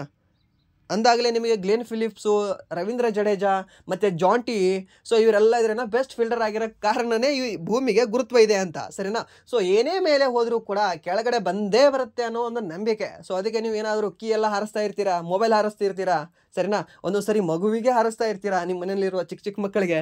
ಯಾಕೆ ಭೂಮಿಗೆ ಗುರುತ್ವ ಇದೆ, ಕೆಳಗಡೆ ಬಂದೇ ಬರುತ್ತೆ ಅದು ಅನ್ನೋ ನಂಬಿಕೆ. ಅದನ್ನು ಬರುತ್ತೆ ಅಂತ ಗೊತ್ತು, ಭೂಮಿ ಹುಟ್ಟಿದಾಗಿಂದ ಅದು ಬರ್ತಾ ಇದೆ. ಬಟ್ ಹಿಂಗೆ ಬರುತ್ತೆ ಅಂತ ಕಂಡು ಹಿಡಿದವನು ಯಾರ್ರೀ ಸರ್ ಅಂತ ಕೇಳ್ತಾನೆ, ಸರಿನಾ? ಸೊ ಆ ಗುರುತ್ವವನ್ನು ಕಂಡು ಹಿಡಿದವ್ರು ಯಾರು ಅಂತ ಕೇಳ್ತಾರೆ ನಿಮಗೆ. ಆ ಗುರುತ್ವವನ್ನು ಕಂಡು ಹಿಡಿದವ್ರು ಯಾರು ಅಂದರೆ ನಿಮಗೆ ಇವಾಗಲೇ ಜಸ್ಟ್ ಹೇಳಿದೆ ನಿಮಗೆ, ಯಾರು? Sir Isaac Newton. Okay, sir Isaac Newton ಏನಿದಾನಲ್ವಾ, ಇವನು ಕಂಡುಹಿಡಿತಾನೆ, ಸರಿನಾ? ಸೊ ಗ್ರಾವಿಟೇಷನಲ್ ಫೋರ್ಸನ್ನು ಕಂಡುಹಿಡಿದವ್ರು ಯಾರು ಅಂದರೆ ಸರ್ ಐಸಾಕ್ ನ್ಯೂಟನ್ನು. ಇವ್ರದೇ ಇನ್ನೂ 3 ನಿಯಮಗಳಿದ್ದಾವೆ, ಸರಿನಾ? ಯಾವ ನಿಯಮ? ನ್ಯೂಟನ್ನ ಮೊದಲನೇ ನಿಯಮ, ಎರಡನೇ ನಿಯಮ, ಮೂರನೇ ನಿಯಮ. ಜಡತ್ವದ ನಿಯಮ ಮೊದಲನೇ ನಿಯಮ, ಎರಡನೇ ನಿಯಮ ನಿಮಗೆ ವೇಗೋತ್ಕರ್ಷದ ನಿಯಮ, ಮೂರನೇ ನಿಯಮ ಕ್ರಿಯೆಗೆ ತಕ್ಕ ಪ್ರತಿಕ್ರಿಯೆ ನಿಯಮ. ಇವಾಗಲೇ ಜಸ್ಟ್ ಹೇಳಿದ್ದೆ ನಾನು, ಸರಿನಾ? ಅದು ಗೊತ್ತಿರಲಿ ನಿಮಗೆ. ಆ್ಯಂಡ್ ದೆನ್ ನೆಕ್ಸ್ಟ್ ಪ್ರಶ್ನೆ ಏನಿದೆ ಅಂದರೆ 7ನೇ ಪ್ರಶ್ನೆ, what does the perfect black body observe ಅಂತ ಕೊಟ್ಟಿದ್ದಾನೆ. ಸೊ ಪರಿಪೂರ್ಣ ಕಪ್ಪು ದ್ರವ್ಯವು ಯಾವ ಪ್ರಮಾಣವನ್ನು ಪ್ರತಿಫಲಿಸೋದು ಕೇಳಿದ್ರೆ ಸೊ ಅದನ್ನು ಅಬ್ಸರ್ವ್ ಮಾಡ್ಕೊಳ್ತದೆ, ಸರಿನಾ? ಅದು ಮರಳಿ ಪ್ರತಿಫಲಿಸಕ್ಕೆ ಬಿಡುವುದಿಲ್ಲ. ಯಾವುದದು ಅಂತ ಕೇಳ್ತಾನೆ. Light, heat, sound, electricity. ಬೆಳಕು, ಶಾಖ, ಧ್ವನಿ ಮತ್ತು ವಿದ್ಯುತ್ತು. ಯಾವುದು ಪರ್ಫೆಕ್ಟ್ ಬ್ಲ್ಯಾಕ್ ಬಾಡಿ ಯಾವುದನ್ನ ಅಬ್ಸರ್ವ್ ಮಾಡ್ಕೋತದೆ? ಯಾವುದು ಅಂದರೆ ಬೆಳಕು. ಓಕೆ, ಬೆಳಕು ಅಂತ ಇದೆ ಗೊತ್ತಾ? ಸೊ ಆ ಬೆಳಕು ಏನಿದೆ ಅಲ್ವಾ, ಸೊ ಇದು ಪರಿಪೂರ್ಣ ಕಪ್ಪು ದ್ರವ್ಯವನ್ನು ಬೆಳಕಿನ ಪ್ರಮಾಣವನ್ನು ಪ್ರತಿಫಲಿಸದಿದು, ಸರಿನಾ? ಇದು ಗೊತ್ತಿರಲಿ ನಿಮಗೆ, ಸರಿನಾ? So the perfect black body absorbed ಯಾವುದು ಅಂದರೆ ಲೈಟ್ನ ಅಬ್ಸಾರ್ವ್ ಮಾಡ್ತದೆ, ಸರಿನಾ? ಇದು ಗೊತ್ತಿರಲಿ ನಿಮಗೆ. ಆ್ಯಂಡ್ ದೆನ್ ನೆಕ್ಸ್ಟ್ ಪ್ರಶ್ನೆ ಏನಿದೆ ಅಂದರೆ 8ನೇ ಪ್ರಶ್ನೆ, what is the lowest possible temperature called ಅಂತ ಕೇಳಿದ್ದಾನೆ. ಅತಿ ಕಡಿಮೆ ತಾಪಮಾನವನ್ನು ಏನೆಂದ ಕರೆಯುತ್ತಾರೆ ಅಂತ ಕೇಳಿದ್ದಾನೆ. ಅತಿ ಕಡಿಮೆ ತಾಪಮಾನ, ನಿಮಗೆ ತಾಪಮಾನದಲ್ಲಿ ಟೋಟಲಿ 3 ಬಗೆಯ ತಾಪಮಾನಗಳು ನಾವು ಹೇಳ್ಬೋದು. ಸರ್ ಹೇಗೆ ಸರ್? ಓಕೆ, ಇವಾಗ ಸೆಲ್ಸಿಯಸ್ಸಲ್ಲಿ ಹೇಳ್ಬೋದು ನಾವು, ಸರಿನಾ? ಅದಾದ ನಂತರ ಫ್ಯಾರನ್ ಹೀಟಲ್ಲಿ ಹೇಳ್ಬೋದು, ಅಥವಾ ಕೆಲ್ವಿನಲ್ಲೂ ಕೂಡ ನಾವು ಹೇಳ್ಬೋದು ರೀ. ಓಕೆ, ಕೆಲ್ವಿನಲ್ಲೂ ಕೂಡ ಹೇಳ್ಬೋದು, ಸೆಲ್ಸಿಯಸ್ಸಲ್ಲಿ ಹೇಳ್ಬೋದು, ಫ್ಯಾರನ್ ಹೀಟಲ್ಲಿ ಹೇಳ್ಬೋದು, ಕೆಲ್ವಿನಲ್ಲೂ ಕೂಡ ಹೇಳ್ಬೋದು. ಸೊ ಇದರಲ್ಲಿ ಯಾವುದು 0ಯಿಂದ ಸ್ಟಾರ್ಟ್ ಆಗ್ತದೆ ಸರ್? 0 ಡಿಗ್ರಿ ಸೆಲ್ಸಿಯಸ್ಸು ಅಲ್ಲಿಂದ ಸ್ಟಾರ್ಟ್ ಆಗುತ್ತೆ ಸರ್. Wrong sir. ಸರ್ ಫ್ಯಾರನ್ ಹೀಟಿಂದ ಸ್ಟಾರ್ಟ್ ಆಗುತ್ತೆ ಸರ್. ಸೊ ಇದು ಕೂಡ ರಾಂಗ್ ಸರ್. 0 ಕೆಲ್ವಿನಿಂದ ಸ್ಟಾರ್ಟ್ ಆಗುತ್ತೆ ಸರ್. ಇದು ರೈಟ್ ಸರ್ ಆ್ಯಕ್ಚುಲಾಗಿ, ಸರಿನಾ? ಸೊ ಕೆಲ್ವಿನ್ ಮಾತ್ರ ನಿಮಗೆ 0ಯಿಂದ ಸ್ಟಾರ್ಟ್ ಆಗುತ್ತೆ, ಉಳಿದಿರೋದು ಯಾವುದೂ ಕೂಡ ನಿಮಗೆ 0ಯಿಂದ ಸ್ಟಾರ್ಟ್ ಆಗಲ್ಲ, ಸರಿನಾ? ಸೊ 0ಕ್ಕಿಂತ ಮೇಲ್ಗಡೆನೇ ಸ್ಟಾರ್ಟ್ ಆಗುತ್ತೆ ಇವೆಲ್ಲವೂ ಕೂಡ. ಬಟ್ 0ಯಿಂದ ಸ್ಟಾರ್ಟ್ ಆಗೋದು ನಿಮಗೆ ಒಂದು ಟೆಂಪ್ರೇಚರ್ದು ಒಂದು ಯೂನಿಟ್ ಯಾವುದು ಅಂದರೆ ನಿಮಗೆ ಕೆಲ್ವಿನ್, ಸರಿನಾ? ಸೊ ಅಂತಾರಾಷ್ಟ್ರೀಯ ಮಾನ ಯಾವುದು? ಟೆಂಪ್ರೇಚರ್ದು ಮೀನ್ಸ್ ನಿಮಗೆ ಟೆಂಪ್ರೇಚರ್ ಅಂದರೆ ತಾಪಮಾನ. ಓಕೆ, ಸೊ ಈ ತಾಪಮಾನದ ಅಂತಾರಾಷ್ಟ್ರೀಯ ಮಾನ ಯಾವುದು ಅಂತ ಕೇಳಿದ್ರು ಕೂಡ ನಿಮಗೆ ಇದೇ ಕೆಲ್ವಿನ್ ಹೇಳಬೇಕಾಗುತ್ತೆ, ಸರಿನಾ? ಏನಾದರೂ ಸೆಲ್ಸಿಯಸ್ ಹೇಳಿದೆ, ಫ್ಯಾರನ್ ಹೀಟ್ ಹೇಳೋದು ಬಂದೆ ಅಂದರೆ ರಾಂಗ್ ಆಗುತ್ತೆ, ನೆನ್ಪಿಟ್ಕೊಳ್ಳಿ, ಸರಿನಾ? ಸೊ ಹಾಗೆ 0ಯಿಂದ ಅಥವಾ ಲೋವೆಸ್ಟ್ ಪಾಸಿಬಲ್ ಟೆಂಪ್ರೇಚರ್ ಯಾವುದು, ನಿಮಗೆ ಅತಿ ಕಡಿಮೆ ತಾಪಮಾನ ಯಾವುದರಲ್ಲಿ ಇರ್ತದೆ ಅಂತ ಕೇಳಿದ್ರೆ ಕೆಲ್ವಿನಲ್ಲೇ ಇರ್ತದೆ. ಓಕೆ, ಕೆಲ್ವಿನಲ್ಲಿ ಇರ್ತದೆ. ಸರ್ ಇವಾಗ ನನ್ನ ಬಾಡಿ ಟೆಂಪ್ರೇಚರ್ ಎಷ್ಟಿದೆ? 37 ಡಿಗ್ರಿ ಸೆಲ್ಸಿಯಸ್ ಇದೆ ಸರ್. ಇದನ್ನು ಕೆಲ್ವಿನಲ್ಲಿ ಹೇಗೆ ಹೇಳ್ಬೇಕು ಸರ್ ನಾನಿವಾಗ? Okay, right question, good question. ಈ ಕ್ವಶನ್ ನಿಮಗೆ ಬಂದಿತ್ತು ಅಂದರೆ, ಸೊ 37 ಡಿಗ್ರಿ ಸೆಲ್ಸಿಯಸ್ ಇದೆ ನಿಮ್ಮ ಬಾಡಿಯ ತಾಪಮಾನ. ಇದನ್ನೇನಾದರೂ ನೀವು ಕೆಲ್ವಿನಲ್ಲಿ ಹೇಳೋದಾದರೆ ಏನಿಲ್ಲ, 273 ಕೂಡಿಸ್ಬೇಕು. ಇದಕ್ಕೆ 273 ಕೂಡಿಸಾಗ ಏನಾಗುತ್ತೆ? 7 3 10, 7 3 10 1 11, ಇದೊಂದು 310 ಕೆಲ್ವಿನ್ ನಿಮ್ಮ ಬಾಡಿಯ ಟೆಂಪ್ರೇಚರ್ ಇದೆ, ಸರಿನಾ? ಸೊ ನಿಮಗೆ ಆಪ್ಷನ್ ಕೊಡ್ಬೋದು. ಆಪ್ಷನ್ ಏನು ಕೊಡ್ತಾನೆ ಅಂದರೆ, ಇವಾಗ ಕೇಳ್ತಾನೆ ನಿಮಗೆ, ನಿಮ್ಮ ದೇಹದ ಅಥವಾ ಮನುಷ್ಯನ ದೇಹದ ಸಾಮಾನ್ಯ ತಾಪಮಾನ ಎಷ್ಟು ಅಂತ ಕೇಳ್ತಾನೆ ನಿಮಗೆ. ಮನುಷ್ಯನ ದೇಹದ ಸಾಮಾನ್ಯ ತಾಪಮಾನ ಎಷ್ಟಿದೆ ಅಂತ ಕೇಳ್ತಾನೆ. ಆಪ್ಷನ್ ಎ ಕೊಡ್ತಾನೆ, ಏನಂತ ಕೊಡ್ತಾನೆ ನಿಮಗೆ? 37 ಕೆಲ್ವಿನ್ ಅಂತ ಕೊಡ್ತಾನೆ. ಆಪ್ಷನ್ ಬಿ ಏನಂತ ಕೊಡ್ತಾನೆ ನಿಮಗೆ? 98.6 ಕೆಲ್ವಿನ್ ಅಂತ ಕೊಡ್ತಾನೆ. ಆಪ್ಷನ್ ಸಿ ಏನಂತ ಕೊಡ್ತಾನೆ? 3110 ಕೆಲ್ವಿನ್ ಅಂತ ಕೊಡ್ತಾನೆ. ಆಪ್ಷನ್ 4 ಏನು ಕೊಡ್ತಾನೆ ಅಂದರೆ ನಿಮಗೆ 373 ಕೆಲ್ವಿನ್ ಅಂತ ಕೊಡ್ತಾನೆ. ಯಾವ್ದು ಹಾಕ್ತೀರಾ ಸರ್ ಇವಾಗ ನೀವು? ಸರ್ ನೀವು ಜಾಸ್ತಿ ಓದಿರೋದು ಯಾವುದನ್ನು ಓದಿರ್ತೀರಾ ಅಂದರೆ ಈ 98.6 ಅನ್ನೋ ನಂಬರ್ ಓದಿರ್ತೀರಾ. ಅದರ ಮುಂದೆ ಕೆ ಇದೆಯೋ ಅನ್ನೋದು ಗೊತ್ತಿರಲ್ಲ, ಎಫ್ ಇದೆ ಅನ್ನೋದು ಗೊತ್ತಿರಲ್ಲ, ಅಥವಾ ಸಿ ಇದೆ ಅನ್ನೋದು ನಾವು ನೋಡಿರಲ್ಲ, ಸರಿನಾ? ಯಾಕೆ? ಈ ನಂಬರ್ ಇಂಪಾರ್ಟೆಂಟ್ ಆಗಿರುತ್ತೆ ನಮಗೆ. ಬಟ್ ಇಲ್ಲಿ ಮುಂದಿನ ಯೂನಿಟ್ ಕೂಡ ಇಂಪಾರ್ಟೆಂಟ್ ಆಗುತ್ತೆ. ಫಿಸಿಕ್ಸಲ್ಲಿ ಆಲ್ವೇಸ್ ಮುಂದಿನ ಯೂನಿಟ್ ಇಂಪಾರ್ಟೆಂಟ್ ಆಗುತ್ತೆ. ಸೊ ಈ ರೀತಿ ಏನಾದರೂ ನಿಮ್ಗೆ ಕೇಳಿದಾಗ 310 ಕೆಲ್ವಿನ್ ಏನಿದೆ ಅಲ್ವಾ, ಸೊ ಇದು ಸರಿಯಾದ ಉತ್ತರ ಆಗುತ್ತೆ. ಸೊ ನಿಮಗೆ ಇದು ಸರಿಯಾದ ಉತ್ತರ ಆಗಬೇಕಾಗಿತ್ತು ಅಂದರೆ ಏನಾಗಬೇಕಾಗಿತ್ತು? ಯಾವುದು? ಇದು 98.6 ಆಗಬೇಕಾಗಿತ್ತು ಅಂದರೆ ಏನಾಗಬೇಕಾಗಿತ್ತು ಮುಂದೆ ಅಂದರೆ ಎಫ್ ಆಗಬೇಕಾಗಿತ್ತು, ಫ್ಯಾರನ್ ಹೀಟ್ ಆಗಬೇಕಾಗಿತ್ತು. 98.6 ಫ್ಯಾರನ್ ಹೀಟು ನಮ್ಮ ಮನುಷ್ಯನ ಸಾಮಾನ್ಯ ತಾಪಮಾನ ಇದೆ ದೇಹದ್ದು, ಸರಿನಾ?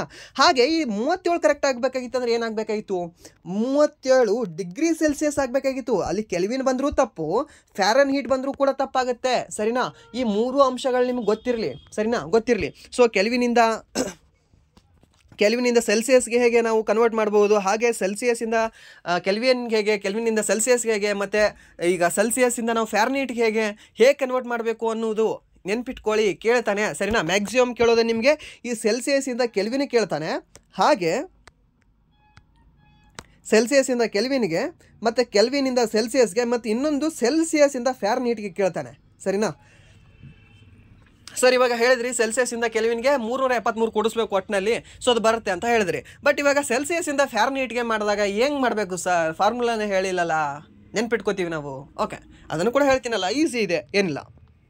ಏನು ಸೊ ಸೆಲ್ಸಿಯಸ್ಸಿಂದ ನಿಮಗೆ ಏನಾದರೂ ಫ್ಯಾರನ್ಹೀಟ್ಗೆ ಕನ್ವರ್ಟ್ ಮಾಡಬೇಕು ಅಂದರೆ ಇವಾಗ ಲೈಕ್ ದ್ಯಾಟ್ ಸಮಥಿಂಗ್ ಒಂದು 32 ಡಿಗ್ರಿ ಸೆಲ್ಸಿಯಸ್ ಇದೆ ಅಂದ್ಕೊಳ್ಳಿ. ಓಕೆ, ಇದನ್ನು ನಾನು ಫ್ಯಾರನ್ಹೀಟಲ್ಲಿ ಹೇಳಬೇಕು ಹೇಳಿ ಅಂತ ಕೇಳಿದಾಗ ಏನಿಲ್ಲ, ಫಾರ್ಮುಲಾ ಇದೆ ಒಂದು 9/5 ಇಂಟು ಸೆಲ್ಸಿಯಸ್ ಪ್ಲಸ್ 32 ಅಂತ. ಓಕೆ, ಸೊ ಇದು ಏನು ಬರುತ್ತೆ ನಿಮಗೆ ಅಂದರೆ ಫ್ಯಾರನ್ಹೀಟಲ್ಲಿ ಬರುತ್ತೆ ಸರಿನಾ. ಇದು ನೆನಪಿರಲಿ, ಫಾರ್ಮುಲಾ ನೆನಪಿರಲಿ ನಿಮಗೆ. 9/5 ಇಂಟು ಸೆಲ್ಸಿಯಸ್ ಪ್ಲಸ್ 32. ಸರ್ ಮಾಡಬಹುದಾ? ಓಕೆ, ಸೊ ಇದನ್ನು ಮಾಡ್ಬೋದು. ಯಾವುದು ಈ 32 ಡಿಗ್ರಿ ಸೆಲ್ಸಿಯಸ್ ಬೇಡ, 37 ಆವಾಗಲೇ ನಮ್ಮ ಬಾಡಿ ಟೆಂಪ್ರೇಚರ್ ಇದೆ ಅಂತ ನೆನಪಿತ್ತು ನಮಗೆ. ಹಾಗೆ ಫ್ಯಾರನ್ಹೀಟಲ್ಲಿ 98.6 ಬರುತ್ತೆ, 98 ಪಾಯಿಂಟ್ ಸಮಥಿಂಗ್ ಬರುತ್ತೆ ಅಂತ ಗೊತ್ತಿತ್ತಲ್ವಾ. ಸೊ ಅದನ್ನೇ ಮಾಡೋಣವಾ? ಓಕೆ, ಅದನ್ನೇ ಮಾಡೋಣ ಅಲ್ಲ, ಏನು ಪ್ರಾಬ್ಲಮ್ ಇದೆ. ಓಕೆ, 9/5 ಇಂಟು ಸೆಲ್ಸಿಯಸ್ ಎಷ್ಟು 37 ಸರಿನಾ. ಸೊ ಪ್ಲಸ್ ಎಷ್ಟು 32. ಈ ಪ್ಲಸ್ 32 ಅಂಕ ತನ ಬಿಟ್ಬಿಡೋಣ ಸರಿನಾ. ಸೊ ಬಿಟ್ಬಿಡೋಣ, ಇವಾಗ ಇದನ್ನು ಇಂಟು ಮಾಡೋಣ. ಸೊ ಮಾಡೋಣವಾ? ಎಷ್ಟಾಗುತ್ತೆ? 5 1 5 7 35 ಆಗಲ್ವಾ? ಆಗುತ್ತೆ ಅಲ್ವಾ? 5 7 35 ಆಗುತ್ತೆ. ಸೊ 35 ಆಗಿದ್ರೆ ಮತ್ತೆ ಮೇಲೆ ಎಷ್ಟು ಉಳಿಯುತ್ತೆ? 2 ಉಳಿಯುತ್ತೆ ಸರಿನಾ. ಸೊ 2 ಉಳಿಯುತ್ತೆ ಅಂದರೆ ಸ್ವಲ್ಪ ಒಂದು ಪಾಯಿಂಟ್ ಕೊಡೋಣ, ಒಂದು 0 ತೊಗೊಳ್ಳೋಣ. 5 4 ಎಷ್ಟಾಗುತ್ತೆ? 20 ಆಗುತ್ತೆ ಸರಿನಾ. ಸೊ 7.4 ಇಂಟು 9 ಮಾಡೋಣ ಅಲ್ವಾ ಇವಾಗ. ಸೊ 7.4 ಇಂಟು 9 ಎಷ್ಟಾಗುತ್ತೆ? ಕ್ಷಮಿಸಿ, ಅದು ರಬ್ ಆಯಿತು. ಓಕೆ, ಸೊ ಅದು 7.4 ಇಂಟು 9 ಮಾಡಿದಾಗ ಎಷ್ಟು ಬರುತ್ತೆ ಅಂದರೆ ನಿಮಗೆ 66.6 ಬರುತ್ತೆ. ಓಕೆ, ಸೊ 66.6 ಬರುತ್ತೆ. ಸೊ ಇದಕ್ಕೆ 66.6ಗೆ 32 ಕೂಡಿಸಿದಾಗ ಮೀನ್ಸ್ 32 ಕೂಡಿಸ್ಬೇಕಾಗಿತ್ತಲ್ವಾ ಅಲ್ಲಿ ಮುಂದೆ ನಿಮಗೆ. ಸೊ 32 ಕೂಡಿಸಿದಾಗ ನಿಮ್ಗೆ ಎಷ್ಟಾಗುತ್ತೆ? 98.6 ಬರುತ್ತೆ. ಬೇಕಾದರೆ ಒಂದ್ಸಲಿ ನೀವು ಮಾಡಿ ನೋಡ್ಬೋದು ಸರಿನಾ. ಸೊ ಫಾರ್ಮುಲಾ ಏನು ನಿಮಗೆ ಅದಕ್ಕೆ? 9/5 ಇಂಟು ಡಿಗ್ರಿ ಸೆಲ್ಸಿಯಸ್, ಅದಾದ ನಂತರ ಪ್ಲಸ್ 32 ಸರಿನಾ. ಇದನ್ನು ಮಾಡ್ಕೊಳ್ಳಿ. ಸೊ ನಿಮಗೆ ಯಾವುದೇ ಸೆಲ್ಸಿಯಸ್ ಇರೋದನ್ನ ಇಲ್ಲಿ ಸೆಲ್ಸಿಯಸಲ್ಲಿ ಇಲ್ಲಿ ಫಿಲಪ್ ಮಾಡ್ಕೊಳ್ಳಿ, ಈ ಬಾಕ್ಸಲ್ಲಿ ಫಿಲಪ್ ಮಾಡ್ಕೊಳ್ಳಿ. ನೀವು ಮಾಡಿದ್ರೆ ಸಿಂಪಲಾಗಿ ನಿಮ್ಗೆ ಆನ್ಸರ್ ಬರುತ್ತೆ ಸರಿನಾ. ಹಾಗೆ ಸೆಲ್ಸಿಯಸ್ಸಿಂದ ಕೆಲ್ವಿನ್ಗೆ ಏನಿಲ್ಲ 273 ಪ್ಲಸ್ ಮಾಡಬೇಕಷ್ಟೇ. ಓಕೆ, ಇವಾಗ 37 ಸೆಲ್ಸಿಯಸ್ ಇದೆ ಅಂದರೆ ಅದು ಕೆಲ್ವಿನ್ ಮಾಡಬೇಕಂದ್ರೆ ಏನಿಲ್ಲ 273 ಕೂಡಿಸ್ಬೇಕು, ಅದು 310 ಆಗುತ್ತೆ. ಸೊ ಲೈಕ್ ದ್ಯಾಟ್ ಹೀಗೆ ಸರಿನಾ. ಸೊ ಏನಾದರೂ 100 ಡಿಗ್ರಿ ಸೆಲ್ಸಿಯಸ್ ಇತ್ತಂದರೆ ಓಕೆ, ಇದನ್ನು ಕೆಲ್ವಿನಲ್ಲಿ ಹೇಳೋದಾದರೆ ಹೇಗೆ? 273ರಲ್ಲಿ 100 ಕೂಡಿಸಿದ್ರೆ ಎಷ್ಟು? 373 ಕೆಲ್ವಿನ್ ಸರಿನಾ. ಸೊ ಸಿಂಪಲ್ ಆನ್ಸರ್ ಸರಿನಾ. ಇದು ಗೊತ್ತಿರಲಿ ನಿಮಗೆ. ಇದು ಕೇಳ್ತಾನೆ ಸೆಂಟ್ರಲ್ ಗೌರ್ಮೆಂಟ್ ಎಕ್ಸಾಮಲ್ಲಿ ಇದೇ ರೀತಿ ಪ್ರಶ್ನೆಗಳನ್ನ ಕೇಳ್ತಾನೆ ಸರಿಯಾ. ಆ್ಯಂಡ್ ದೆನ್ 9ನೇ ಪ್ರಶ್ನೆ ಏನಿದೆ ಅಂದರೆ what is the unit of lens power? ಲೆನ್ಸ್ನ ಶಕ್ತಿಯ ಐಕ್ಯಾಗಿಕೆ ಏನು ಅಂತ ಕೇಳಿದಾನೆ. ಓಕೆ, ಸೊ ಏಕಮಾನ ಯಾವುದು ಅಂತ ಕೇಳಿದಾನೆ ಲೆನ್ಸ್ದು. ಸೊ ಲೆನ್ಸ್ ಏನು ಬರುತ್ತೆ ಅಂದರೆ ನಿಮಗೆ ಮೀಟರ್ ಬರುತ್ತಾ, ಡಯಾಪ್ಟರ್ ಬರುತ್ತಾ, ಸೆಂಟಿಮೀಟರ್ ಬರುತ್ತಾ, ವೋಲ್ಟ್ ಬರುತ್ತಾ ಅಂತ ಕೇಳಿದ್ರೆ ಸೊ ಅಲ್ಲಿ ಸರಿಯಾದ ಉತ್ತರ ಯಾವುದಾಗುತ್ತೆ ಅಂದರೆ ನಿಮಗೆ ಡಯಾಪ್ಟರ್ ಅಂತ ಬರುತ್ತೆ. ಓಕೆ, ಸೊ ಲೆನ್ಸ್ದು ಪವರ್ದು ಯೂನಿಟ್ ಏನು ಬರುತ್ತೆ ನಿಮಗೆ ಅಂದರೆ ಡಯಾಪ್ಟರ್ ಬರುತ್ತೆ. ಇಂಪಾರ್ಟೆಂಟ್ ಇದೆ, ಕೇಳಿದಾನೆ. ಲಾಸ್ಟ್ MTS ಆಯಿತು ಗೊತ್ತಾ ನಿಮಗೆ, ಒಂದು 4-5 ಮಂತ್ಸ್ ಆಗಿರಬೇಕು MTS ಎಕ್ಸಾಮ್ ಆಗಿ. ಸೊ MTS ಎಕ್ಸಾಮಲ್ಲಿ ಇದು 3 ಸರಿ ರಿಪೀಟ್ ಆಗಿ ಇರೋ ಪ್ರಶ್ನೆ ಇದು MTS ಎಕ್ಸಾಮಲ್ಲಿ ಈ ಡಯಾಪ್ಟರ್ ಬಗ್ಗೆ ಸರಿನಾ. ಸೊ ಲೆನ್ಸ್ ಪವರ್ ಯೂನಿಟ್ ಏನಾಗಿದೆ ಅಂತ ಕೇಳಿದ್ದಾನೆ. ಸೊ ಅದಕ್ಕೆ ಡಯಾಪ್ಟರ್ ಸರಿಯಾದ ಉತ್ತರ ಆಗುತ್ತೆ ಸರಿನಾ. ಆ್ಯಂಡ್ ದೆನ್ ನೆಕ್ಸ್ಟ್ ಪ್ರಶ್ನೆ ಏನಿದೆ ಅಂದರೆ 10ನೇ ಪ್ರಶ್ನೆ what does Hooke's law related to ಅಂತ ಕೇಳಿದ್ದಾನೆ. ಹುಕ್ಸ್ನ ನಿಯಮ ಯಾವುದಕ್ಕೆ ಸಂಬಂಧಿಸಿದೆ ಅಂತ ಕೇಳಿದ್ದಾನೆ. ಫೋರ್ಸ್ ಆ್ಯಂಡ್ ಡಿಫಾರ್ಮೇಷನ್, ಮತ್ತು ವೆಲಾಸಿಟಿ ಮತ್ತು ಎಕ್ಸಲ್ರೇಷನ್ ಸರಿನಾ, ಮೊಮೆಂಟಮ್ ಆ್ಯಂಡ್ ಪವರ್ ಅಥವಾ ಗ್ರಾವಿಟಿ ಆ್ಯಂಡ್ ವೇಟ್ ಅಂತ, ಬಲ ಮತ್ತು ವಿಕೃತಿ, ವೇಗ ಮತ್ತು ವೇಗವರ್ಧನೆ, ಪ್ರಭಾವ ಮತ್ತು ಶಕ್ತಿ, ಬೆಲ್ಲು ಮತ್ತು ಗುರುತ್ವ ಅಂತ ಹೇಳಿದ್ದಾನೆ ಸರಿನಾ. ಸೊ ಇದಕ್ಕೆ ಸರಿಯಾದ ಉತ್ತರ ಯಾವುದಾಗುತ್ತೆ ಹೇಳ್ಬೋದಾ? ಹುಕ್ಸ್ನ ನಿಯಮ ಎದಕ್ಕೆ ಸಂಬಂಧಿಸಿದೆ? ಸೊ ಆಪ್ಷನ್ ಎ ಏನಿದೆ ಅಲ್ವಾ, ಯಾವುದು ಫೋರ್ಸ್ ಆ್ಯಂಡ್ ಡಿಫಾರ್ಮೇಷನ್ ಅನ್ನೋದು. ಸೊ ಇದಕ್ಕೆ ಸಂಬಂಧಿಸಿದೆ. ಹುಕ್ಸ್ ಲಾ ಎದಕ್ಕೆ ಅಂದರೆ ಬಲ ಮತ್ತು ವಿಕೃತಿಗೆ ಸಂಬಂಧಿಸಿದೆ ಸರಿನಾ. ಹುಕ್ಸ್ ಲಾನ ಒಂದ್ಸರಿ ನೋಡ್ಕೊಳ್ಳಿ. ಬಟ್ ಅದಕ್ಕೆ ಸಂಬಂಧಿಸಿರೋದು ಯಾವುದಕ್ಕಂದ್ರೆ ಫೋರ್ಸ್ ಆ್ಯಂಡ್ ಡಿಫಾರ್ಮೇಷನ್ಗೆ ಸಂಬಂಧಿಸಿದೆ ಸರಿನಾ. ಇದು ಗೊತ್ತಿರಲಿ ನಿಮಗೆ. ಆ್ಯಂಡ್ ದೆನ್ 11ನೇ ಪ್ರಶ್ನೆ ಏನಿದೆ ಅಂದರೆ which medium is the speed of sound is highest ಅಂತ ಕೇಳಿದ್ದಾನೆ. ಧ್ವನಿಯ ಅತಿ ಹೆಚ್ಚು ವೇಗವು ಯಾವ ಮಾಧ್ಯಮದಲ್ಲಿದೆ? ಸರ್ ನಿಮಗೆ ಆವಾಗಲೇ ಹೇಳಿದ್ದೀನಿ ನಾನು, ಲೈಟ್ದು ಎದರಲ್ಲಿ ಜಾಸ್ತಿ ಇರುತ್ತೆ, ಇದ್ರದ್ದು ಅದರಲ್ಲಿ ಕಡಿಮೆ ಇರುತ್ತೆ, ಸೌಂಡ್ದು ಅದರಲ್ಲಿ ಕಡಿಮೆ ಇರುತ್ತೆ. ಸೌಂಡ್ ಯಾವುದ್ರದ್ದು ಜಾಸ್ತಿಯಲ್ಲಿರುತ್ತೆ? ಲೈಟ್ದು ಅದರಲ್ಲಿ ಕಡಿಮೆ ಇರುತ್ತೆ. ಲೈಟ್ದು ಕಡಿಮೆ ಯಾವುದ್ರದಲ್ಲಿದೆ? ಸಾಲಿಡಲ್ಲಿ ಸರಿನಾ. ಸಾಲಿಡಲ್ಲಿ ಕಡಿಮೆ ಇದೆ. ಸೊ ಇದ್ರದ್ದು ಸಾಲಿಡಲ್ಲಿ ಜಾಸ್ತಿ ಇರಬೇಕಲ್ವಾ? ಹೌದು, ಸಾಲಿಡಲ್ಲಿ ಜಾಸ್ತಿ ಇರಬೇಕು. ಯಾವುದ್ರದ್ದು? ಸೌಂಡ್ದು ಅತಿ ಹೆಚ್ಚು ಸ್ಪೀಡ್ ಎದರಲ್ಲಿರುತ್ತೆ, ನಿಮಗೆ ಧ್ವನಿದು ಅತಿ ಹೆಚ್ಚು ವೇಗ ಎದರಲ್ಲಿದೆ, ಯಾವ ಮಾಧ್ಯಮದಲ್ಲಿದೆ ಅಂತ ಕೇಳಿದ್ರೆ ಘನ ಮಾಧ್ಯಮದಲ್ಲಿದೆ. ಓಕೆ, ಈ ಘನ ಮಾಧ್ಯಮದಲ್ಲಿ ನಿಮಗೆ ಅತಿ ಹೆಚ್ಚು ಸ್ಪೀಡ್ ಇದೆ. ಯಾವುದ್ರದ್ದು? ಸೌಂಡ್ದು, ಸರಿನಾ? ಸೊ ಇಲ್ಲಿ ಏನು ಕೊಟ್ಟಿದ್ದಾನೆ? ಗಾಳಿ ಕೊಟ್ಟಿದ್ದಾನೆ, ಗಾಳಿ ಆಗುವುದೇ ಇಲ್ಲ. ನೀರು ಕೊಟ್ಟಿದ್ದಾನೆ, ನೀರು ಆಗುವುದೇ ಇಲ್ಲ. ಮೆಟಲ್ ಮತ್ತು ವ್ಯಾಕ್ಯೂಮ್ ಕೊಟ್ಟಿದ್ದಾನೆ, ವ್ಯಾಕ್ಯೂಮಲ್ಲಂತೂ ಸೌಂಡ್ ಹೋಗುವುದೇ ಇಲ್ಲ, ಗೊತ್ತಿರಲಿ ನಿಮಗೆ, ಸರಿನಾ? ಸೊ ಲೈಟ್ಗೆ ಅತಿ ಹೆಚ್ಚು ಫುಲ್ ದಿಲ್ಖುಷ್ ಯಾವಾಗ ಆಗ್ತದೆ ಅಂದರೆ ಈ ವ್ಯಾಕ್ಯೂಮ್ ನೋಡಿದಾಗ, ಯಾಕಂದ್ರೆ ಅತಿ ಹೆಚ್ಚು ಸ್ಪೀಡ್ ಓಡ್ತೀನ ಇದರಲ್ಲಿ ಅಂತ, ಸರಿನಾ? ಬಟ್ ಈ ಸೌಂಡ್ಗೆ ಫುಲ್ ಸಪ್ಪೆ ಮರಿ ಹಾಕೊಂಡು ಕುಂತು ಬಿಡುತ್ತೆ. ವ್ಯಾಕ್ಯೂಮ್ ಏನಾದರೂ ನೋಡಿದ್ರೆ ಯಪ್ಪ ನನಗೆ ಹೋಗೋಕ್ಕಾಗಲ್ಲ ಇದರಲ್ಲಿ ಅಂತ.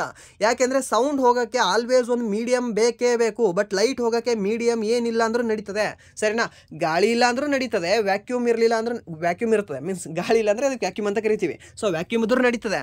ಬಟ್ ಈ ಸೌಂಡ್ಗೆ ವ್ಯಾಕ್ಯೂಮ್ ಇದ್ದರೆ ನಡೆಯೋದೇ ಇಲ್ಲ, ಬಿಲ್ಕುಲ್ ಅದು ಹೋಗೋದೇ ಇಲ್ಲ. ಮುಂದೆ ಹೆಂಗೆ ಅಂದರೆ ವಜ್ರಮುನಿ ಬಂದು ಕುಂತಂಗೆ ಮಾಡಿಬಿಡ್ತದೆ. ಯಾವುದು? ಸೌಂಡ್ ಹೋಗಲ್ಲಪ್ಪನ ಇಲ್ಲೇ ಕುಂತ್ಕೋತೀನ ಅಂತ ಹೇಳ್ತದೆ. ಯಾವುದು? ಸೌಂಡ್, ಸರಿನಾ? ಗೊತ್ತಿರಲಿ ನಿಮಗೆ. ಸೊ ಹಾಗಾದರೆ ಇಲ್ಲಿ ಘನ ಯಾವುದಿದೆ? ಮೆಟಲ್ ಇದೆ, ಸರಿನಾ? ಸೊ ಮೆಟಲಲ್ಲಿ, ಘನದಲ್ಲಿ ಅತಿ ಹೆಚ್ಚು ಸ್ಪೀಡ್ ಇದೆ, ಸರಿನಾ? ಸೊ ಘನದಲ್ಲಿ ನಿಮಗೆ ಬೇರೆ ಬೇರೆ ಕೊಡ್ಬೋದು, ಲೋಹ ಅಂತ ಕೊಡ್ಬೋದು, ಮರದ ಗೋಡೆ ಅಂತ ಕೊಡ್ಬೋದು, ಮರದ ಕಟ್ಟಿಗೆ ಅಂತ ಕೊಡ್ಬೋದು. ಸೊ ಅಲ್ಲಿ ಎಲ್ಲದಕ್ಕಿಂತ ಸ್ವಲ್ಪ ಜಾಸ್ತಿ ಘನ ಯಾವುದಿರುತ್ತೆ? ಜಾಸ್ತಿ ಘನ ಯಾವುದಿರುತ್ತೆ? ಏನಿಲ್ಲ. ಇವಾಗ ಯಾವುದಾದ್ರೂ ಒಂದು, ಇವಾಗ 4 ಆಪ್ಷನ್ ಘನನೇ ಕೊಟ್ಟಿದ್ರು ಅಂತ ಅಂದ್ಕೊಳ್ಳಿ. ಓಕೆ, 1ನೇ ಆಪ್ಷನ್ ಏನು ಕೊಟ್ಟಿದ್ದಾನೆ? ಕಟ್ಟಿಗೆ ಅಂತ ಕೊಟ್ಟಿದ್ದಾನೆ. 2ನೇ ಆಪ್ಷನ್ ಏನು ಕೊಟ್ಟಿದ್ದಾನೆ? ಗೋಡೆ ಅಂತ ಕೊಟ್ಟಿದ್ದಾನೆ. 3ನೇ ಆಪ್ಷನ್ ಏನು ಕೊಟ್ಟಿದ್ದಾನೆ ನಿಮಗೆ?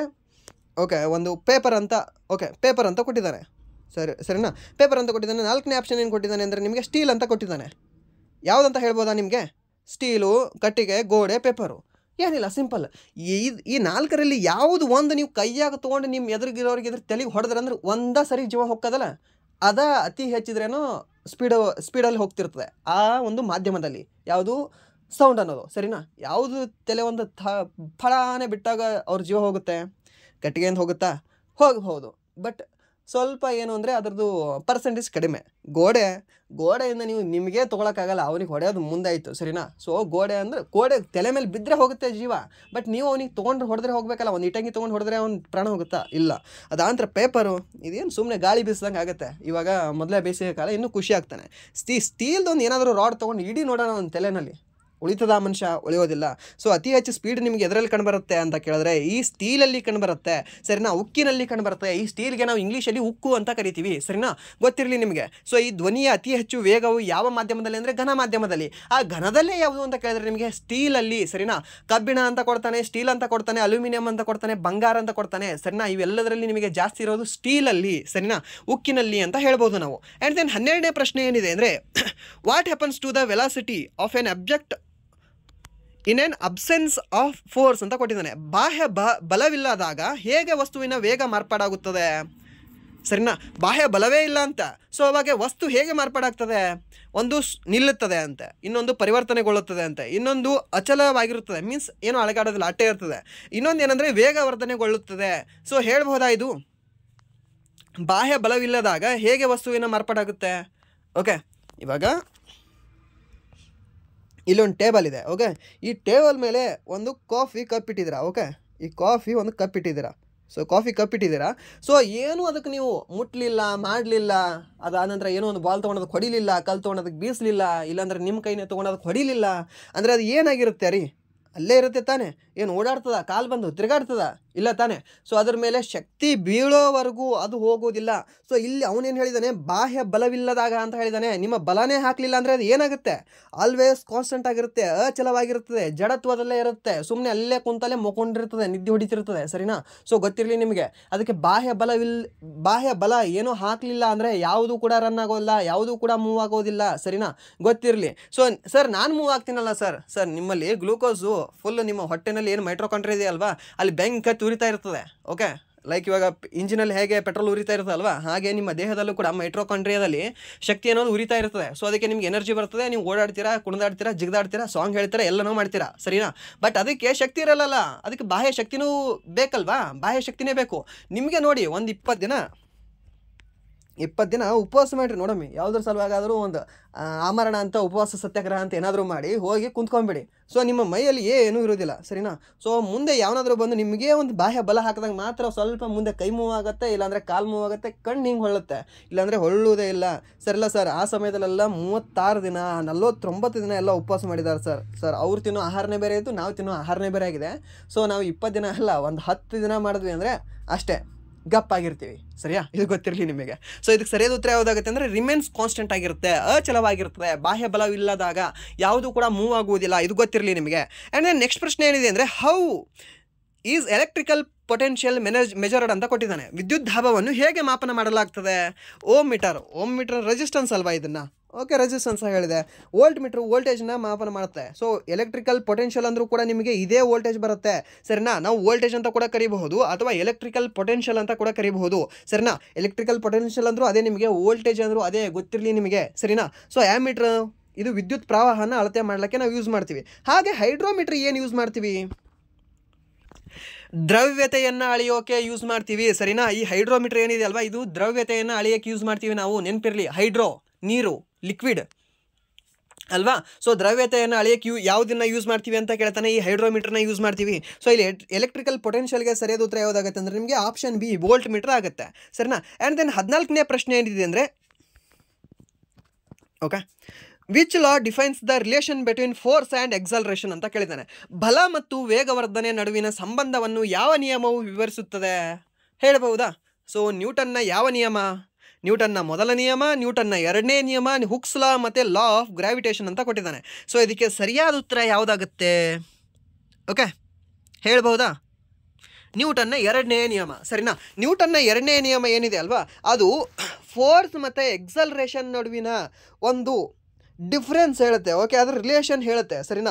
ಯಾವುದ್ರದ್ದು? ಫೋರ್ಸು ಮತ್ತು ಎಕ್ಸಲ್ರೇಷನ್ದು. ಸರಿನಾ? ಫೋರ್ಸು ಮತ್ತು ಎಕ್ಸಲ್ರೇಷನ್ ಹೇಳುತ್ತೆ ನಿಮಗೆ. ಸರಿಯಾ? ಇದು ಗೊತ್ತಿರಲಿ ನಿಮಗೆ. ಇದ್ರ ಫಾರ್ಮುಲಾ ಏನು ಅಂತ ಹೇಳ್ಬೋದಾ ಒಂದ್ಸರಿ ಯಾರಾದರೂ ನೀವು? ಫಾರ್ಮುಲಾ ಮೀನ್ಸ್ ನ್ಯೂಟನ್ನ ಎರಡನೇ ನಿಯಮದ ಫಾರ್ಮುಲಾ ಏನು ಅಂತ. ಎಫ್ ಎ ಇದೆ, ಇನ್ನೊಂದು ಬರುತ್ತೆ, ಅದು ಯಾವುದು? ಇಲ್ಲಿ ಹಾಕಿ ಅದನ್ನು ಫಾರ್ಮುಲಾ ಹೇಳ್ಬೋದಾ? ಹೇಳಿ ನೋಡೋಣ. ಸೊ ನೆಕ್ಸ್ಟ್ ಕೂಡ ಅದನ್ನು ಇದೆ, ಅದನ್ನು ಹೇಳಿರ್ತೀನಿ. ಸರಿಯಾ? ಬಟ್ ಅಲ್ಲಿವರೆಗೂ ನೀವು ಅದ್ರ ಯೋಚನೆ ಮಾಡಿ. ಆ್ಯಂಡ್ ದೆನ್ ನೆಕ್ಸ್ಟ್ ಪ್ರಶ್ನೆ ಏನಿದೆ ಅಂದರೆ which device is used to split light into components ಅಂತ ಕೇಳಿದ್ದಾನೆ. ಸೊ ಬೆಳಕನ್ನು ಅದರ ಘಟಕಗಳಿಗೆ ಹಂಚಲು ಯಾವ ಸಾಧನವನ್ನು ಬಳಸಲಾಗುತ್ತದೆ? ಸರಿನಾ? ಸೊ ಹೀಗೆ ಒಂದು ನೀವು ಸ್ಕೂಲಲ್ಲಿ ಇರುವಾಗ ಎಕ್ಸ್ಪೆರಿಮೆಂಟ್ ಮಾಡಿರ್ಬೋದು. ಹೀಗಿರುತ್ತೆ ಅದು. ಸೊ ಇಲ್ಲಿ ನೀವು ಲೈಟ್ ಬಿಟ್ಟಾಗ ಅದು ಹಿಂಗೆ ಹಿಂಗೆ ಹಿಂಗೆ ಚೆದರುತ್ತೆ. ಸಿಂಗಲ್ ಲೈಟ್, ಒಂದು ಏನೋ ಲೇಸರ್ ಲೈಟ್ ನೀವು ಹೀಗೆ ಬಿಟ್ಟಾಗ ಹೀಗೆ ಚೆದರುತ್ತೆ.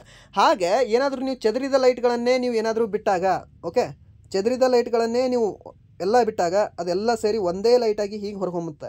ಸೊ ಅದು ಯಾವುದು ಅಂತ ಕೇಳಿದ್ದಾನೆ. ಆ ಕಾಂಪೊನೆಂಟ್ ಯಾವುದು? ಆ ಸಾಧನ ಯಾವುದು? ಒಂದು ಆಪ್ಷನ್ ಏನು ಕೊಟ್ಟಿದ್ದಾನೆ? ಪ್ರಿಸಮ್ ಅಂತ ಕೊಟ್ಟಿದ್ದಾನೆ. ಆಪ್ಷನ್ ಬಿ ಲೆನ್ಸ್ ಅಂತ ಕೊಟ್ಟಿದ್ದಾನೆ. ಆಪ್ಷನ್ ಸಿ ಏನಂತ ಕೊಟ್ಟಿದ್ದಾನೆ? ಮೈಕ್ರೋಸ್ಕೋಪ್ ಅಂತ ಕೊಟ್ಟಿದ್ದಾನೆ. ಮತ್ತು ಸ್ಪೆಕ್ಟ್ರೋಸ್ಕೋಪ್ ಅಂತ ಕೊಟ್ಟಿದ್ದಾನೆ. ಸೊ ಇದಕ್ಕೆ ಸರಿಯಾದ ಉತ್ತರ ಯಾವುದಾಗುತ್ತೆ? ಹೇಳ್ಬಹುದಾ?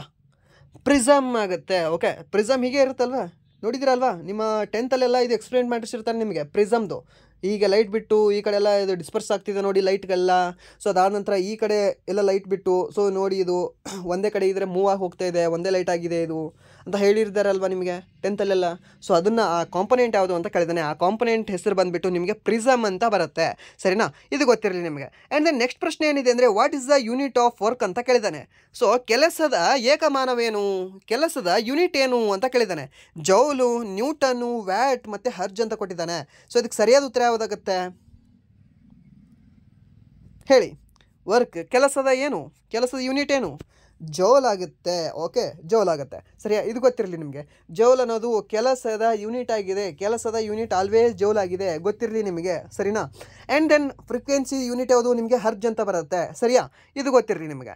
ಆ್ಯಂಡ್ ದೆನ್ ನೆಕ್ಸ್ಟ್ ಪ್ರಶ್ನೆ ಏನಿದೆ ಅಂದರೆ what is the process of heat transfer through the direct contact ಅಂತ ಕೇಳಿದ್ದಾನೆ. ನೇರ ಸ್ಪರ್ಶದಿಂದ ಶಾಖ ವರ್ಗಾವಣೆಯನ್ನು ಏನೆಂದು ಕರೆಯಲಾಗುತ್ತದೆ? ಟೋಟಲಿ 3 ಟೈಪ್ಸ್ ಬರ್ತದೆ ಈ ನಿಮ್ಮ ತಾಪಮಾನದಲ್ಲಿ. ಒಂದು ಕಂಡಕ್ಷನು, ಇನ್ನೊಂದು ಕನ್ವೆಕ್ಷನು, ಇನ್ನೊಂದು ರೇಡಿಯೇಷನ್ ಅಂತ. ಸರಿನಾ? ಕಂಡಕ್ಷನ್ ಅಂದರೆ ಏನು? ಇವಾಗ ಯಾವುದಾದ್ರೂ ಒಂದು ಮೆಟಲ್ ಪ್ಲೇಟ್ ತೊಗೊಳ್ಳಿ. ಓಕೆ, ಇದೊಂದು ಮೆಟಲ್ ಪ್ಲೇಟ್ ಇದೆ. ಈ ಮೆಟಲ್ ಪ್ಲೇಟು ಒಂದು 10 ಮೀಟ್ರ್ ಇದೆ ಅಂದ್ಕೊಳ್ಳಿ. ಓಕೆ, ಇದೊಂದು 10 ಮೀಟ್ರ್ ಇದೆ ಅಂದ್ಕೊಳ್ಳಿ. ಇಲ್ಲಿ ನೀವು ಇದಕ್ಕೆ ಕಾಯಿಸಿ. ಓಕೆ, ಈ ಸೈಡ್ ಏನಿದೆ ಅಲ್ವಾ, ಇದನ್ನು ನೀವು ಬೆಂಕಿಯಲ್ಲಿ ಹಾಕಿ ಇದನ್ನು ಕಾಯಿಸಿ. ಸೊ ಹಾಗೆ ಇದು ಟ್ರಾನ್ಸ್ಫರ್ ಆಗ್ತಾ ಇಲ್ಲಿ ನೀವು ಏನಾದರೂ ಕೈ ಹಿಡಿದ್ರೆ ಶಾಕ್ ಆಗ್ತದಲ್ವಾ, ಮೀನ್ಸ್ ಏನೋ ನಿಮಗೆ ಬಿಸಿ ಆಗ್ತದಲ್ವಾ, ಕೈ ಒಮ್ಮಲಿಗೆ ಥಟ್ಟನೆ ಮೇಲೆ ತೆಗಿಬೇಕು ಅನ್ನಿಸ್ತದಲ್ವಾ. ಸೊ ಈ ಪ್ರಕ್ರಿಯೆಗೆ ಏನಂತ ಕರಿತೀವಿ ನಾವು? ಮೀನ್ಸ್ ಇದು ನೇರ ಸ್ಪರ್ಶದಿಂದ ಶಾಖ ವರ್ಗಾವಣೆ ಆಗ್ತಿದೆ. ಮೀನ್ಸ್ ಈ ಎಲೆಕ್ಟ್ರಾನ್ಗಳು ಮೂವ್ ಆಗಿನೇ ಅಲ್ಲಿ ಶಾಖ ವರ್ಗಾವಣೆ ಆಗ್ತಿದೆ ಅಲ್ವಾ. ಸರಿನಾ? ಸೊ ಇಂತಹ ಶಾಖ ವರ್ಗಾವಣೆಗೆ ನಾವು ಏನಂತ ಕರಿತೀವಿ ಅಂದರೆ ಕಂಡಕ್ಷನ್ ಅಂತ ಕರಿತೀವಿ. ಸರಿನಾ? ಕಂಡಕ್ಷನ್ ಅಂತ ಕರಿತೀವಿ. ಹಾಗೆ ನೀವು ನೀರು ಕಾಯಿಸ್ತಾ ಇರ್ತೀರಾ. ಓಕೆ, ನೀರು ಕಾಯಿಸ್ತಾ ಇರ್ತೀರಾ, ಇವಾಗ ನೀರಿನ ಒಂದು ಪಾತ್ರೆ ಇದೆ, ಕೆಳಗಿನ ನೀರು ಕುದೀತಾ ಇರುತ್ತೆ, ಸರಿನಾ? ಸೊ ಹಾಗೆ ನೀವು ಮೇಲ್ಗಡೆ ಮುಟ್ಟಿದಾಗ ಕೂಡ ನಿಮಗೆ ನೀರು ಬೆಚ್ಚಗೆ ಹತ್ತುತ್ತೆ. ಯಾಕೆ ಸರ್ ನೀರು ಬೆಚ್ಚಗೆ ಹತ್ತುತ್ತೆ? ಈ ನೀರೇ ಟ್ರಾನ್ಸ್ಫರ್ ಆಗ್ತಿರುತ್ತೆ ಇಲ್ಲಿ, ಎಲೆಕ್ಟ್ರಾನ್ಸ್ ಮಾತ್ರ ಅಲ್ಲ, ಇಲ್ಲಿ ಇಡೀ ನೀರೇ ಟ್ರಾನ್ಸ್ಫರ್ ಆಗ್ತಾ ಇರುತ್ತೆ. ಸೊ ಆ ರೀತಿಯ ಹೀಟ್ ಟ್ರಾನ್ಸ್ಫರ್ಗೆ ನಾವು ಏನಂತ ಕರಿತೀವಿ ಅಂದರೆ ಕನ್ವೆಕ್ಷನ್ ಅಂತ ಕರಿತೀವಿ. ಸರ್ ಹಾಗಾದರೆ ರೇಡಿಯೇಷನ್ ಏನು? ಓಕೆ, ರೇಡಿಯೇಷನ್ ಅಂದರೆ ಏನು? ರೇಡಿಯೇಷನ್ ಅಂದರೆ ಯಾವುದು ಮಾಧ್ಯಮನೇ ಬೇಡ ನಿಮಗೆ. ಮಾಧ್ಯಮ ಅಂದರೆ ನಿಮಗೆ ಗಾಳಿನೂ ಬೇಡ, ಬೆಳಕು ಬೇಡ, ಗಾಳಿನೂ ಬೇಡ, ನಿಮಗೆ ಏನು ಇದು ಮೆಟಲು ಬೇಡ, ನೀರು ಬೇಡ. ಹೇಗೆ ಸರ್? ಇವಾಗ ಇಲ್ಲಿ ಸೂರ್ಯ ಇದ್ದಾನೆ, ಸರಿನಾ? ಇಲ್ಲಿ ಸೂರ್ಯ ಇದ್ದಾನೆ, ಇಲ್ಲಿ ನಮ್ಮ ಭೂಮಿ ಇದೆ, ಸರಿನಾ? ಇಲ್ಲಿ ನಮ್ಮ ಭೂಮಿ ಇದೆ. ಸೊ ಸೂರ್ಯನ ಬೆಳಕು ಅಥವಾ ಸೂರ್ಯನ ಬಿಸಿಲು ನಮ್ಮ ಭೂಮಿಗೆ ಬರ್ತದೆ. ಹೆಂಗೆ ಬರ್ತದೆ? ಏನಾದರೂ ಗಾಳಿ ಮುಖಾಂತರ ಬರುತ್ತಾ ಸರ್? ಗಾಳಿ ಮುಖಾಂತರ ಬರುತ್ತೆ ಸರ್? ಇಲ್ಲ ಸರ್, ನಮ್ಮ ಒಂದು ಸರ್ಟನ್ ಲಿಮಿಟು ಟ್ರೋಪೋಸ್ಪಿಯರ್ ಮತ್ತು ಮಿಸೋಸ್ಪಿಯರ್ವರೆಗೂ ಮಾತ್ರ ನಿಮಗೆ ಗಾಳಿ ಕಂಡುಬರುತ್ತೆ. ಅದ್ರ ಮೇಲ್ಗಡೆ ನಿಮಗೆ ಗಾಳಿನೂ ಕಂಡುಬರೋದಿಲ್ಲ, ಸರಿನಾ? ಫುಲ್ ವ್ಯಾಕ್ಯೂಮ್ ಇದೆ ನಿಮಗೆ, ಅಂದರೆ ನಿರ್ವಾತ ಪ್ರದೇಶ ಇದೆ. ಸೊ ನಿರ್ವಾತ ಪ್ರದೇಶದಿಂದ ಕೂಡ ನಿಮಗೆ ಬರ್ತಾ ಇದೆ, ಹೀಟ್ ಟ್ರಾನ್ಸ್ಫರ್ ಆಗ್ತಾ ಇದೆ ಅಂದರೆ ಅದಕ್ಕೆ ನಾವು ಏನಂತ ಕರಿತೀವಿ ಅಂದರೆ ರೇಡಿಯೇಷನ್ ಅಂತ ಕರಿತೀವಿ, ಸರಿನಾ? ವಿಕಿರಣಶೀಲತೆ ಅಂತ ಕರಿತೀವಿ, ಸರಿನಾ? ಇದು ಗೊತ್ತಿರಲಿ ನಿಮಗೆ, ರೇಡಿಯೇಷನ್ ಅಂತ ಕರಿತೀವಿ. ಈ ಮೂರು ಕೂಡ ಗೊತ್ತಿರಬೇಕು, ಸರಿಯಾ? ಆ್ಯಂಡ್ ದೆನ್ ನೆಕ್ಸ್ಟ್ ಪ್ರಶ್ನೆ ಏನಿದೆ ಅಂದರೆ what is used to store electrical charge ಅಂತ ಕೇಳಿದ್ದಾನೆ. ಸೊ ಎಲೆಕ್ಟ್ರಿಕಲ್ ಚಾರ್ಜ್ ಅಥವಾ ವಿದ್ಯುತ್ ಚಾರ್ಜನ್ನು ಸಂಗ್ರಹಿಸಲು ಯಾವ ಸಾಧನವನ್ನು ಬಳಸಲಾಗುತ್ತದೆ? Sir battery, capacitor, resistor, diode ಅಂತ ಕೊಟ್ಟಿದ್ದಾನೆ. ಸೊ ಇದನ್ನು ನೀವು ನಾರ್ಮಲಿ ನೀವೇನಾದರೂ ಸೈನ್ಸ್ ಮಾಡಿರಲಿಲ್ಲ, ನಾನು ಸೈನ್ಸ್ ಓದಿರಲಿಲ್ಲ, ಅಥವಾ ನೀವು ನನ್ನದರದೇನು ಈ ಇಂಜಿನಿಯರಿಂಗ್ ಲೈನ್ ಇರಲಿಲ್ಲ ಅಂದರೆ ನಿಮಗೆ ಗೊತ್ತಿರಲ್ಲ ಇದು. ಮ್ಯಾಕ್ಸಿಮಮ್ ಆರ್ಟ್ಸು ಮತ್ತು ಕಾಮರ್ಸ್ ಸ್ಟೂಡೆಂಟ್ಸ್ಗೆ ಇನ್ನೂ ನೀವೇನಾದರೂ ಸಿಟಿನಲ್ಲಿ ಓದಿದರೆ ಗೊತ್ತಿರುತ್ತೆ. ಬಟ್ ಫಸ್ಟ್ ನಮಗೆ ಬರೋದು ಯಾವುದು ಅಂದರೆ ಬ್ಯಾಟ್ರಿ ಅಂತಲೇ ಆಗುತ್ತೆ ನಮಗೆ ಆನ್ಸರು. ಯಾವುದು? ವಿದ್ಯುತ್ ಚಾರ್ಜ್ ಸಂಗ್ರಹಿಸಿಡಲು ಯಾವ ಸಾಧನ ಅಂದರೆ ಬ್ಯಾಟ್ರಿ ಅಂತ ಆಗುತ್ತೆ. ಬ್ಯಾಟ್ರಿ 100ಕ್ಕೆ 200% ರಾಂಗ್ ಆನ್ಸರು. ಓಕೆ, ಬಟ್ ಇಲ್ಲಿ ನಿಮಗೆ ಎಲೆಕ್ಟ್ರಿಕಲ್ ಚಾರ್ಜ್ ಅಥವಾ ವಿದ್ಯುತ್ ಚಾರ್ಜ್ನ ವಿದ್ಯುತ್ ಆವೇಶವನ್ನು ಸಂಗ್ರಹಿಸಿ ಯಾವುದ್ರಲ್ಲಿ ಇಡ್ತಾರೆ ಅಂದರೆ ಕೆಪಾಸಿಟ್ರಲ್ಲಿ ಇಡ್ತಾರೆ. ಓಕೆ, ಕೆಪಾಸಿಟ್ರಲ್ಲಿ. ಸರ್ ನಾನು ಕೆಪಾಸಿಟರ್ ನೋಡಿಲ್ಲ ಸರ್. ಓಕೆ, ನಿಮ್ಮ ಮನೆ ಇದೆ, ಮನೆಯಲ್ಲಿ ಒಂದು ಫ್ಯಾನ್ ಹಾಕಿರ್ತೀರ, ಗೊತ್ತಾ? ಫ್ಯಾನ್ ಹಾಕಿರ್ತೀರ, ಆ ಫ್ಯಾನು ಸ್ವಲ್ಪ ತೆಗೀರಿ. ಅದರಲ್ಲಿ ಇಲ್ಲಿ ಒಂದು ಮುಂದೆ ಮೇಲ್ಗಡೆ ಒಂದು ಡಬ್ಬ ಇರುತ್ತೆ, ಅದರ ಡಬ್ಬ ತೆಗೆದು ಇಷ್ಟೇ ಒಂದು ಇರುತ್ತೆ ವೈಟ್ ಕಲರ್ದು. ಓಕೆ, ವೈಟ್ ಕಲರ್ ಅಥವಾ ಬ್ಲ್ಯಾಕ್ ಕಲರ್ದು ಒಂದು ಕಂಪೋನೆಂಟ್ ಇರುತ್ತೆ. ಆ ಕಂಪೋನೆಂಟ್ ಮೇಲೆ 2 ಮೈಕ್ರೋಫ್ಯಾರಡ್, ಸರಿನಾ? 2.5 ಮೈಕ್ರೋಫ್ಯಾರಡ್ ಅಂತ ಬರೆದಿರುತ್ತೆ, ಸರಿನಾ? ಸೊ ಅದನ್ನು ಒಂದು ಸರಿ ತೆಗೆದು ನೋಡ್ಕೊಳ್ಳಿ. ಅದಕ್ಕೆ ನೀವು ಸ್ವಲ್ಪ ನಾಲ್ಗೆ ಹಚ್ಚಿ, ಇಲ್ಲಾಂದರೆ ನಿಮ್ಮದು ಸಾಕೆಟ್ ಇರುತ್ತೆ ಅಲ್ವಾ, ಚಾರ್ಜಿಗೆಲ್ಲ ಹಾಕ್ತಿರಲ್ವ, ಅದರಲ್ಲಿ ಅದರದ್ದು ಪಿನ್ ಹಾಕಿ ಒಂದು ಸರಿ ಥಟ್ಟನೆ ಶಾರ್ಟ್ ಹೊಡಿತದೆ. ಸೊ ಅದೇ ನಿಮಗೆ ಕೆಪಾಸಿಟರ್ ಬರುತ್ತೆ, ಸರಿನಾ? ಸರ್ ಯಾಕೆ ಸರ್ ಅದರಲ್ಲಿ ಹಾಕಿದ್ರೆ ನಮಗೇನು ಮೇಲೆ ಹೋಗಿಸ್ಬೇಕಂತಿದ್ದೀರಾ? ಇಲ್ಲ ಸರ್, ಅದು ಟೆಸ್ಟ್ ಮಾಡುವ ಒಂದು ರಫ್ ವಿಧಾನ ಅದು. ಸೊ ಕರೆಕ್ಟಾಗಿ ಈ ಕೆಪಾಸಿಟರ್ ನಾವು ಹೇಗೆ ಟೆಸ್ಟ್ ಮಾಡ್ತೀವಿ ಅಂದರೆ ವೋಲ್ಟ್ ಮೀಟ್ರಿಂದ ಟೆಸ್ಟ್ ಮಾಡ್ತೀವಿ, ಅದು ಕರೆಕ್ಟ್ ಆಗಿದೆಯೋ ಇಲ್ವೋ ಅಂತ. ನಿಮ್ಮ ಫ್ಯಾನ್ ಕೂಡ ಕೆಲವೊಂದು ಸರಿ ತಿರುಗ್ತಾ ಇರಲಿಲ್ಲ ಅಂದರೆ ಯಾವುದರ ಪ್ರಾಬ್ಲಮ್ ಆಗಿರುತ್ತೆ? ಇದೇ ಕೆಪಾಸಿಟರ್ ಪ್ರಾಬ್ಲಮ್ ಆಗಿರುತ್ತೆ, ಸರಿನಾ? ಫ್ಯಾನ್ ಏನಾದರೂ ಆಫ್ ಆದರೆ ಸುಮ್ಮನೆ ಡೈರೆಕ್ಟಾಗಿ ಎಲೆಕ್ಟ್ರಿಷಿಯನ್ಗೆ ಕರೆದು ಸುಮ್ಮನೆ 100 ರೂಪಾಯಿ, 200 ರೂಪಾಯಿ, 200 ಅಂದರೆ 200 ರೂಪಾಯಿ, 300 ರೂಪಾಯಿ ಸುಮ್ಮನೆ ಹಾಳಾಗಿ ಮಾಡ್ಕೋತೀರಾ? ಏನಿಲ್ಲ, ಒಂದು ಸರಿ ನೀವು ಫ್ಯಾನ್ ಮೇಲೆ ಒಂದು ಸ್ಟೂಲ್ ತೊಗೊಂಡು ಹತ್ತಿ ಆ ಕೆಪಾಸಿಟರ್ ಏನಿದೆ ಅಲ್ವಾ, ಆ ಕೆಪಾಸಿಟರ್ನ ಬಿಚ್ಚಿ ಚೆಕ್ ಮಾಡಬೇಕು ನೀವೇ, ಸರಿನಾ? ಗೊತ್ತಾಗುತ್ತೆ ನಿಮಗೆ ಆ ಕೆಪಾಸಿಟರ್ ಹೋಗಿದೆಯೋ ಅಥವಾ ಇಲ್ವೋ ಅಂತ. ಕೆಪಾಸಿಟರ್ ಏನಾದರೂ ಹೋಗಿಲ್ಲ ಅಂತಂದರೆ ಬೇರೆ ಪ್ರಾಬ್ಲಮ್ ಇರುತ್ತೆ, ಆವಾಗ ನೀವು ಎಲೆಕ್ಟ್ರಿಷಿಯನ್ ಕರೆಸೋದು ಓಕೆ ಬೆಟರ್. ಮುಂದೆ ನಿಮಗೆ ಮಾಡ್ಲಿಕ್ಕೆ ಬರಲಿಲ್ಲ ಅಂದರೆ, ಮಾಡ್ಲಿಕ್ಕೆ ಬಂದರೆ ಪ್ರಾಬ್ಲಮ್ ಇಲ್ಲ. ಬಟ್ ನಿಮಗೆ ಏನಾದರೂ ಈ ಕೆಪಾಸಿಟರ್ ಹೋಗಿತ್ತು ಅಂದರೆ ಏನಿಲ್ಲ, ಅಮೆಜಾನಿಂದ ಇಲ್ಲ ಲೋಕಲ್ ಶಾಪ್ಗಳಿಂದ ಆ ಕೆಪಾಸಿಟರ್ ತಂದು ನೀವು ಇನ್ಸ್ಟಾಲ್ ಮಾಡ್ಬೋದು, ಸರಿನಾ? ನೀವೇ ಇದರಲ್ಲಿ ಕನೆಕ್ಷನ್ ಕೊಡ್ಬೋದು, ಸಿಂಪಲ್ ಅದು, ಸರಿನಾ? ಅದಕ್ಕೆ ಚೆಕ್ ಹೇಗೆ ಮಾಡ್ತಾರೆ ಅಂದರೆ ಒಂದು ಇದರಲ್ಲಿ ವೋಲ್ಟ್ ಮೀಟ್ರಲ್ಲಿ ಚೆಕ್ ಮಾಡ್ತಾರೆ, ಸರಿನಾ? ಮಲ್ಟಿಮೀಟರ್ ಅಂತ ಬರುತ್ತೆ, ವೋಲ್ಟ್ ಮೀಟರ್ ಅಂತ ಬರುತ್ತೆ. ಸೊ ಅದರಲ್ಲಿ ಚೆಕ್ ಮಾಡ್ತಾರೆ. ಇನ್ನೊಂದು ನಿಮಗೆ ಎದರಲ್ಲಿ ಅಂದರೆ ಈ ಸಾಕೆಟಲ್ಲಿ ಡೈರೆಕ್ಟಾಗಿ ಅದರದ್ದು ಪ್ಲಗ್ಗಿನ ಇನ್ಸ್ಟಾಲ್ ಮಾಡಿ ರಫ್ ಆಗಿ ಚೆಕ್ ಮಾಡ್ಬೋದು. ಇದು ಸ್ಟ್ಯಾಂಡರ್ಡ್ ಮೆಥಡ್ ಅಲ್ಲ, ರಫ್ ಮೆಥಡ್ ಹೇಳ್ತಾ ಇದ್ದೀನಿ, ಸರಿನಾ? ಇದು ಗೊತ್ತಿರಿ ನಿಮಗೆ. ಸೊ ಕೆಪಾಸಿಟ್ರಲ್ಲಿ ನಿಮ್ಮ ಎಲೆಕ್ಟ್ರಿಕಲ್ ಚಾರ್ಜ್ನ ಸಂಗ್ರಹಿಸಿಡಲಾಗ್ತದೆ. ಹಾಗೆ ನೀವು KBL ಹೋಗಿರ್ಬೋದು ನೀವು. ಓಕೆ, ಈ KBL ಹೋದಾಗ ಕೂಡ ನಿಮಗೆ ಕೆಪಾಸಿಟರ್ ಬ್ಯಾಂಕ್ ಅಂತಲೇ ಸಿಗುತ್ತೆ. ಸಣ್ಣದು ಒಂದು ಕೆಪಾಸಿಟರ್ ಇರೋದಿಲ್ಲ, ಸರಿನಾ? ಮಿನಿಮಮ್ ಅಂದ್ರೆ ಒಂದು 200-300 ಕೆಪಾಸಿಟರ್ ಬ್ಯಾಂಕ್ಗಳಿರ್ತವೆ. ಅಲ್ಲಿ ಕೆಪಾಸಿಟರ್ದು ಬ್ಯಾಟ್ರಿ ಥರ ಬ್ಯಾಂಕ್ಗಳಿರ್ತವೆ. ಸೊ ಅಲ್ಲಿ ಎಲೆಕ್ಟ್ರಿಕಲ್ ಚಾರ್ಜ್ ಏನಾಗಿರುತ್ತೆ ಅಂದರೆ ಸ್ಟೋರ್ ಆಗಿರ್ತದೆ, ಸರಿನಾ? ಸೊ ಜಾಸ್ತಿ ಎಲೆಕ್ಟ್ರಿಕ್ ಖರ್ಚಾಗಬಾರ್ದು, ಕರೆಂಟ್ ಖರ್ಚಾಗಬಾರ್ದು ಅಂತ ಅವುಗಳನ್ನು ಇನ್ಸ್ಟಾಲ್ ಮಾಡಿರ್ತಾರೆ ಇನ್ಪುಟ್ ಸೈಡಲ್ಲಿ, ಸರಿನಾ? ಇದು ಗೊತ್ತಿರಲಿ ನಿಮಗೆ. ಆ್ಯಂಡ್ ದೆನ್ ನೆಕ್ಸ್ಟ್ 19ನೇ ಪ್ರಶ್ನೆ ಏನಿದೆ ಅಂದರೆ what is the phenomena of bending light around an object ಅಂತ ಕೊಟ್ಟಿದ್ದಾನೆ. ಸೊ ವಸ್ತುವಿನ ಸುತ್ತಲೂ ಬೆಳಕು ತಿರುಗುವುದನ್ನು ನಾವು ಏನೆಂದು ಕರೆಯಲಾಗುತ್ತದೆ? ವಿಕಿರಣ ಅಂತ ಕರಿತೀವಿ, ಡಿಫ್ರಾಕ್ಷನ್ ಅಂತ, ರಿಫ್ಲೆಕ್ಷನ್ ಅಂತ, ರಿಫ್ರಾಕ್ಷನ್ ಅಂತ, ಮತ್ತೆ ಡಿಸ್ಪರ್ಷನ್ ಅಂತ ಕರಿತೀವಿ ಅಂತ ಕೇಳಿದ್ದಾರೆ. ಸೊ ಇದಕ್ಕೆ ಸರಿಯಾದ ಉತ್ತರ ಯಾವುದಾಗುತ್ತೆ? ಡಿಫ್ರಾಕ್ಷನ್ ಆಗುತ್ತೆ. ಓಕೆ, ಆಪ್ಷನ್ ಎ ಏನಿದೆ ಅಲ್ವಾ, ಸೊ ಡಿಫ್ರಾಕ್ಷನ್ ಆಗುತ್ತೆ ಇದಕ್ಕೆ ಸರಿಯಾದ ಉತ್ತರ. ಡಿಫ್ರಾಕ್ಷನ್ ಏನಿದೆ ಅಲ್ವಾ, ವಿಕಿರಣ ಏನಿದೆ ಅಲ್ವಾ, ಇದು ಸರಿಯಾದ ಉತ್ತರ ಆಗುತ್ತೆ. ಸರಿನಾ? ಸೊ ವಸ್ತುವಿನ ಸುತ್ತಲೂ ಬೆಳಕು ತಿರುಗುವುದನ್ನು ನಾವು ಏನಂತ ಕರಿತೀವಿ ಅಂದರೆ ಡಿಫ್ರಾಕ್ಷನ್ ಅಂತ ಕರಿತೀವಿ. ಆದಷ್ಟು ನೀವು ಇಂಗ್ಲೀಷಲ್ಲೇ ನೋಡ್ಕೊಳ್ಳೋದು, ನನ್ನ ಅನಿಸಿಕೆ ಏನಂದರೆ ಇಂಗ್ಲೀಷಲ್ಲಿ ನೋಡ್ಕೊಳ್ಳೋದು ಸ್ವಲ್ಪ ಬೆಟರ್ ಅಂತ ನಾನು ಹೇಳ್ತೀನಿ. ಯಾಕೆಂದರೆ ನಿಮಗೆ ಕನ್ನಡದಲ್ಲಿ ಪದಗಳು ಚೇಂಜ್ ಆಗ್ತಾವೆ ರೀ. ಓಕೆ, ನಾನು ಕನ್ನಡನ ವಿರೋಧಿ ಅಲ್ಲ, ಕನ್ನಡಕ್ಕೆ ನಾನು ಇದ್ರೇನೋ ಜಾಸ್ತಿ ನನಗೆ ಇಷ್ಟನೇ. ಬಟ್ ಈ ಸೈನ್ಸ್ ಸಬ್ಜೆಕ್ಟ್ ಏನಿದೆ ಅಲ್ವಾ, ಈ ಸೈನ್ಸ್ ಸಬ್ಜೆಕ್ಟಲ್ಲಿ ನಿಮ್ಮ ಮಾರ್ಕ್ಸ್ನ ಕಳ್ಕೊಳ್ಳೋಂಗೆ ಮಾಡ್ತದೆ ಈ ಕನ್ನಡ ನಮಗೆ. ಯಾಕೆಂದರೆ ಎಕ್ಸಾಕ್ಟ್ ಕನ್ನಡದಲ್ಲಿ ಟ್ರಾನ್ಸ್ಲೇಟ್ ಇಲ್ಲ. ಇವಾಗ ಯಾವುದೇ ಆದರೂ ಕೂಡ ಗೂಗಲಲ್ಲಿ ಇದೇ ಒಂದು ಸೆಂಟೆನ್ಸ್ ಇದೆ ಅಲ್ವಾ, ನೀವು ಗೂಗಲ್ ಟ್ರಾನ್ಸ್ಲೇಟಲ್ಲಿ ಒಂದು ಸರಿ ಟ್ರಾನ್ಸ್ಲೇಟ್ ಮಾಡ್ಕೊಳ್ಳಿ. ಅದಾದ ನಂತರ ಗೂಗಲ್ ಟ್ರಾನ್ಸ್ಲೇಟ್ ಅನ್ನೋ ಒಂದು ಆ್ಯಪ್ ಬರುತ್ತೆ, ಅಲ್ಲಿ ಟ್ರಾನ್ಸ್ಲೇಟ್ ಮಾಡ್ಕೊಳ್ಳಿ. ಇಲ್ಲಾಂದರೆ ಡೈರೆಕ್ಟ್ ನಿಮಗೆ ಸ್ಕ್ರೀನ್ಶಾಟ್ ತೊಗೊಂಡು ಅಲ್ಲಿ ಟ್ರಾನ್ಸ್ಲೇಟ್ ಅಂತ ಬರುತ್ತೆ, ಅಲ್ಲಿ ಟ್ರಾನ್ಸ್ಲೇಟ್ ಮಾಡ್ಕೊಳ್ಳಿ. 3 ಕಡೆಯೂ ನಿಮಗೆ ಈ ಕನ್ನಡದಲ್ಲಿ ಬೇರೆ ಬೇರೆ ವರ್ಡ್ಗಳೇ ಟ್ರಾನ್ಸ್ಲೇಟ್ ಆಗಿರ್ತವೆ. ಸೊ ಅದಕ್ಕೆ ಹೇಳ್ತಾ ಇದ್ದೀನಿ, ಇಂಗ್ಲೀಷಲ್ಲಿ ಸ್ವಲ್ಪ ನೋಡ್ಕೊಳ್ಳೋದು ಬೆಟ್ರ್. ನಿಮಗೆ ಫುಲ್ ಇಂಗ್ಲೀಷ್ ನೋಡ್ಕೊಳ್ಳೋದೇನು ಬೇಕಾಗಿಲ್ಲ, 100% ಬೇಕಿಲ್ಲ. ಒಂದು 50% ನಿಮಗೆ ಇಂಗ್ಲೀಷ್ ಗೊತ್ತಿರಲಿ, ಸರಿನಾ? ಒಂದು ಸ್ವಲ್ಪ ಟ್ರಾನ್ಸ್ಲೇಟ್ ಮಾಡೋ ಲೆವೆಲಲ್ಲಿ ಸೈನ್ಸಲ್ಲಿ. ಯಾಕೆ ನಿಮಗೆ ಮಿನಿಮಮ್ ಅಂದ್ರೆ ಒಂದು 2-3 ಮಾರ್ಕ್ಸ್ ನಿಮಗೆ ಗೊತ್ತಿದ್ದದ್ದು ತಪ್ಪೋ ಹಾಗೆ ಮಾಡ್ತದೆ ಇದು, ಸರಿಯಾ? ಯಾವುದು ಈ ಕನ್ನಡದಲ್ಲಿ ಕೆಲವೊಂದು ಸೈನ್ಸ್ ಪದಗಳು. ಸೊ ಅದಕ್ಕೆ ಆ 2-3 ಮಾರ್ಕ್ಸ್ ನಿಮಗೆ ಸ್ವಲ್ಪ ಏನಂದರೆ ಗ್ರೇಸ್ ಆಗಿ ಬಂದಂಗೆ ಆಗುತ್ತೆ, ಸರಿನಾ? ಸೊ ನಿಮ್ಮ ಏನು ಪರಿಶ್ರಮ ಇರುತ್ತಲ್ಲ ಅದಕ್ಕೆ ಸಿಕ್ಕಾದ ಒಂದು ಫಲ ಅಂತ ಅಂದ್ಕೊಳ್ಳಿ, ಸರಿನಾ? ಸೊ ನೀವು ಸ್ವಲ್ಪ ಕಲೀಲೇಬೇಕು, ಸರಿನಾ? ಆ್ಯಂಡ್ ದೆನ್ ನೆಕ್ಸ್ಟ್ ಪ್ರಶ್ನೆ ಏನಿದೆ ಅಂದರೆ 20ನೇ ಪ್ರಶ್ನೆ, what does Archimedes principle deals with? Archimedes ತತ್ವವು ಯಾವ ವಿಷಯದ ಬಗ್ಗೆ ಚರ್ಚಿಸುತ್ತದೆ, ಯಾವ ವಿಷಯದ ಬಗ್ಗೆ ಹೇಳುತ್ತದೆ ಆರ್ಕಿಮಿಡೀಸ್ ತತ್ವ ಅಂತ ಕೇಳಿದ್ರೆ, ಗ್ರಾವಿಟಿ, ಇದು ನ್ಯೂಟನ್ನ ತತ್ವ, ಮತ್ತು ಬಿಯಾಂಡ್ಸ್ ಫೋರ್ಸ್ ಅಂತ ಬರುತ್ತೆ. ಓಕೆ, ಬಿಯಾಂಡ್ ಫೋರ್ಸ್ ಅಂತ ಬರುತ್ತೆ, ಇದು ತೇಲುವ ಬಲ ಅಂತ ಬರುತ್ತೆ, ಸರಿನಾ? ಅದಾಂತರ ಬಿಯಾನ್ಸಿ ಅಂತ ಬರುತ್ತೆ, ಸೊ ಅದು ಕೂಡ ಸೇಮು. ಅದಾಂತರ ಪ್ರೆಷರ್ ಅಂತ ಬರುತ್ತೆ, ಮತ್ತು ವಿಸ್ಕೋಸಿಟಿ ಅಂತ ಬರುತ್ತೆ. ಸೊ ಈ ಆರ್ಕಿಮಿಡೀಸ್ ತತ್ವ ಏನಿದೆ ಅಲ್ವಾ, ಇದೊಂದು ತೇಲುವ ಬಲದ ತತ್ವವಾಗಿದೆ. ಓಕೆ, ತೇಲುವ ಬಲದ ತತ್ವ ಯಾವುದು ನಿಮಗೆ ಅಂತ ಕೇಳಿದ್ರೆ ಈ ಆರ್ಕಿಮಿಡೀಸ್ ತತ್ವ, ಸರಿನಾ? ಬಯಾನ್ಸಿ ಅಂತ ಕರಿತೀವಿ ನಾವು, ಸರಿನಾ? ಬಯಾಂಡ್ ಫೋರ್ಸ್ ಅಂತ ಕರಿತೀವಿ, ಅಥವಾ ಬಯಾನ್ಸಿ ಫೋರ್ಸ್ ಅಂತ ಕರಿತೀವಿ, ಅಥವಾ ತೇಲುವ ಬಲ ಅಂತ ಕರಿತೀವಿ. ಯಾವುದಕ್ಕೆ? ಈ ಆರ್ಕಿಮಿಡೀಸ್ ತತ್ವಕ್ಕೆ, ಸರಿನಾ? ಸೊ ಇದು ನಮ್ಮ ಸ್ಟೇಟ್ ಗೌರ್ಮೆಂಟಲ್ಲಂತೂ ನಿಮ್ಮ SDA FDA ಮತ್ತು ಈ PC PSI ಎಲ್ಲ ಎಕ್ಸಾಮಲ್ಲಿ ಮಿನಿಮಮ್ ಅಂದ್ರೆ ಒಂದು 10 ಸರಿ ಕೇಳಿರ್ಬೋದು ಈ ಪ್ರಶ್ನೆನ. ಯಾಕಂದರೆ ಅಷ್ಟು ಸರಿ ಕೇಳಿದ್ದಾನೆ ಈ ಪ್ರಶ್ನೆ, ಅಷ್ಟು ಕಾನ್ಸೆಪ್ಟ್ ಬೇಸ್ ಮೇಲೆ ಈ ಪ್ರಶ್ನೆ ಇದೆ, ಸರಿನಾ? ಸೊ ನಿಮಗೆ ಏನೇನು ಹೇಳ್ತದೆ ಅಂತ ಕೇಳೋದಿಲ್ಲ, ಲಾ ಫುಲ್ ಎಕ್ಸ್ಪ್ಲೇನ್ ಮಾಡಿ ಅಂತ ಹೇಳೋದಿಲ್ಲ, ಲೈಕ್ ಓಮ್ಸ್ ಲಾ ಎಕ್ಸ್ಪ್ಲೇನ್ ಮಾಡೋ ಗುರು ಅಂತ ಕೇಳ್ತಾನೆ, ಗೊತ್ತಾ? ಇನ್ನು constant temperature the current is directly proportional to voltage and universally proportional to resistance ಅಂತ ಹೀಗೆ ನೀನು ಸೆಂಟೆನ್ಸ್ ಮಾಡೋದು ಬೇಕಾಗಿಲ್ಲ. ಬಟ್ ಈ ಆರ್ಕಿಮಿಡೀಸ್ ತತ್ವ ಇದಕ್ಕೆ ಸಂಬಂಧಿಸಿದೆ ಅಂತ ಕೇಳಿದಾಗ ತೇಲ್ತದೆ ಅಂತ ಹೇಳಿದ್ರೆ ಸಾಕು, ಸರಿನಾ? ಸೊ ಸಿಂಪಲ್ಲಿ. ಆ್ಯಂಡ್ ದೆನ್ ಸೆಂಟ್ರಲ್ ಗೌರ್ಮೆಂಟಲ್ಲೂ ಕೂಡ ಜಾಸ್ತಿ ರಿಪೀಟೆಡ್ ಆಗಿರೋ ಪ್ರಶ್ನೆ ಇದು ಕೂಡ, ಸರಿನಾ? ಒನ್ ಆಫ್ ದ ರಿಪೀಟೆಡ್ ಪ್ರಶ್ನೆ ಆ್ಯಂಡ್ ಹಾಟ್ ಫೇವ್ರೇಟ್ ಪ್ರಶ್ನೆ ಇದು. ಆ್ಯಂಡ್ ದೆನ್ ನೆಕ್ಸ್ಟ್ ಪ್ರಶ್ನೆ ಏನಿದೆ ಅಂದರೆ 21ನೇ ಪ್ರಶ್ನೆ, what is the SI unit of power ಅಂತ ಕೇಳಿದ್ದಾನೆ. ಸೊ ಶಕ್ತಿಯ SI ಘಟಕವೇನು, SI ಅಳತೆಯ ಮಾನವೇನು ಅಂತ ಕೇಳಿದ್ದಾನೆ. ಯಾವುದು? ಶಕ್ತಿದು, ಶಕ್ತಿ. ಓಕೆ, ಸೊ ಶಕ್ತಿ ಅನ್ನೋ ಹೆಸರು ಚೆನ್ನಾಗಿದೆ ಅಲ್ವಾ? ಓಕೆ, ವ್ಯಾಟ್, ಜೌಲ್, ಆಂಪಿಯರ್ ಮತ್ತು ವೋಲ್ಟ್ ಅಂತ ಕೊಟ್ಟಿದ್ದಾನೆ. ಸೊ ಇದಕ್ಕೆ ಸರಿಯಾದ ಉತ್ತರ ಯಾವುದಾಗುತ್ತೆ? ವ್ಯಾಟ್ ಆಗುತ್ತಾ? ಹೇಳಿ.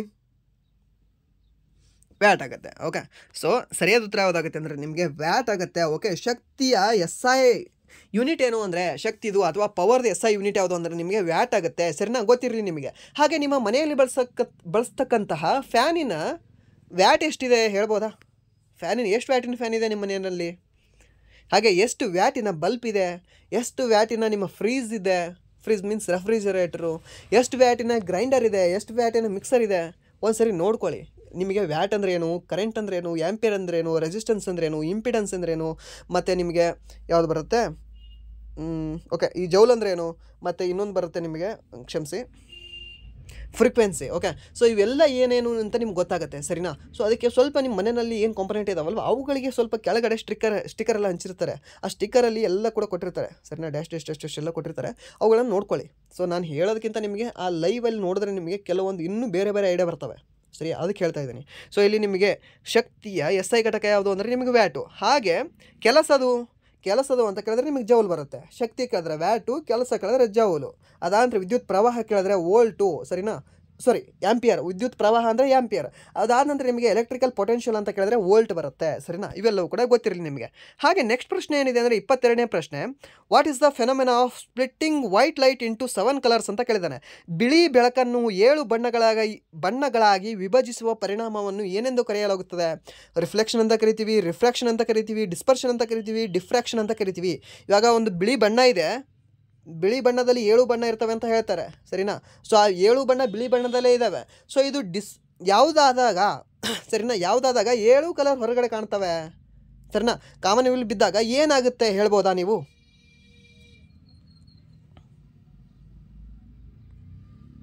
ಓಕೆ,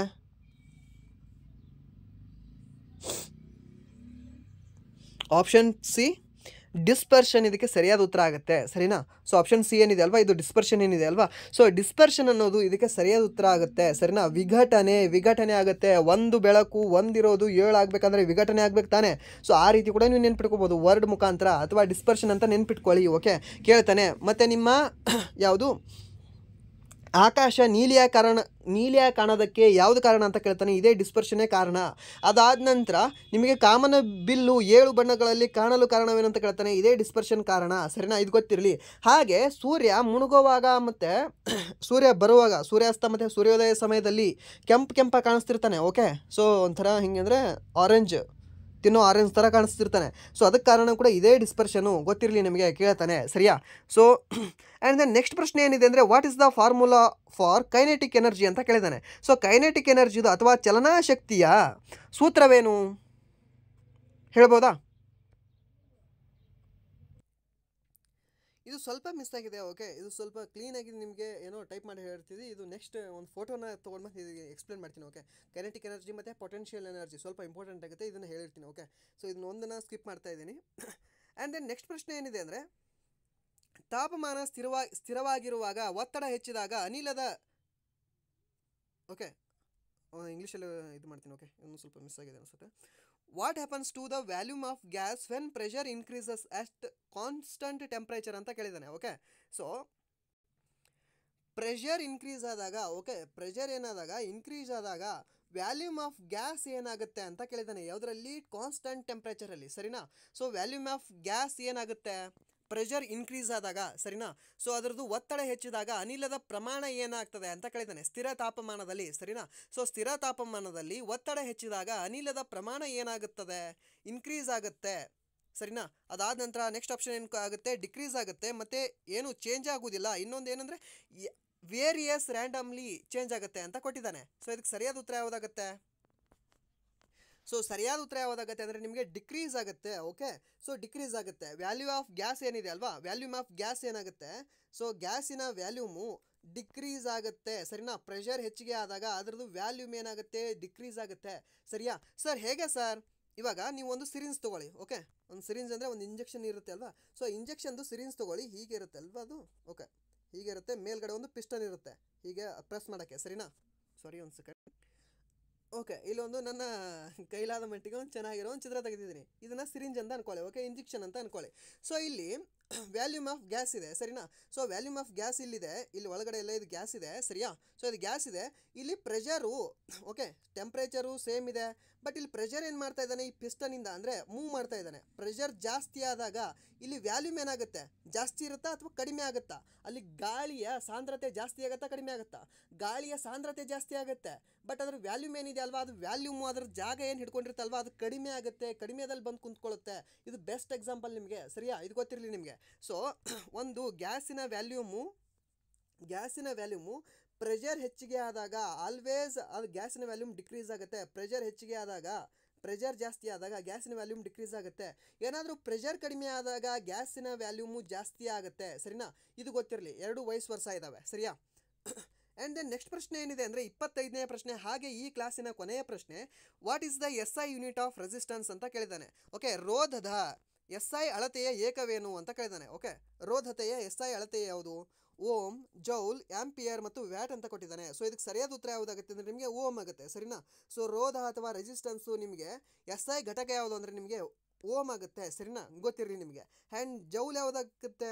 ವರ್ಕಿನ, ಓಕೆ, ವರ್ಕಿನ SI ಘಟಕ ಯಾವುದು ಅಂದರೆ ನಿಮಗೆ ಜೌಲು. ಹಾಗೆ ಪವರ್ದು ವ್ಯಾಟ್ ಆಗುತ್ತೆ. ಹಾಗೆ ವಿದ್ಯುತ್ ಪ್ರವಾಹದು ಆಂಪಿಯರ್ ಆಗುತ್ತೆ, ಸರಿನಾ. ಸೊ ಇದೆಲ್ಲವೂ ಕೂಡ 25 ನಿಮಗೆ ಸೈನ್ಸ್ನ ಪ್ರಮುಖ ಪ್ರಶ್ನೆಗಳಾಗಿದ್ವು.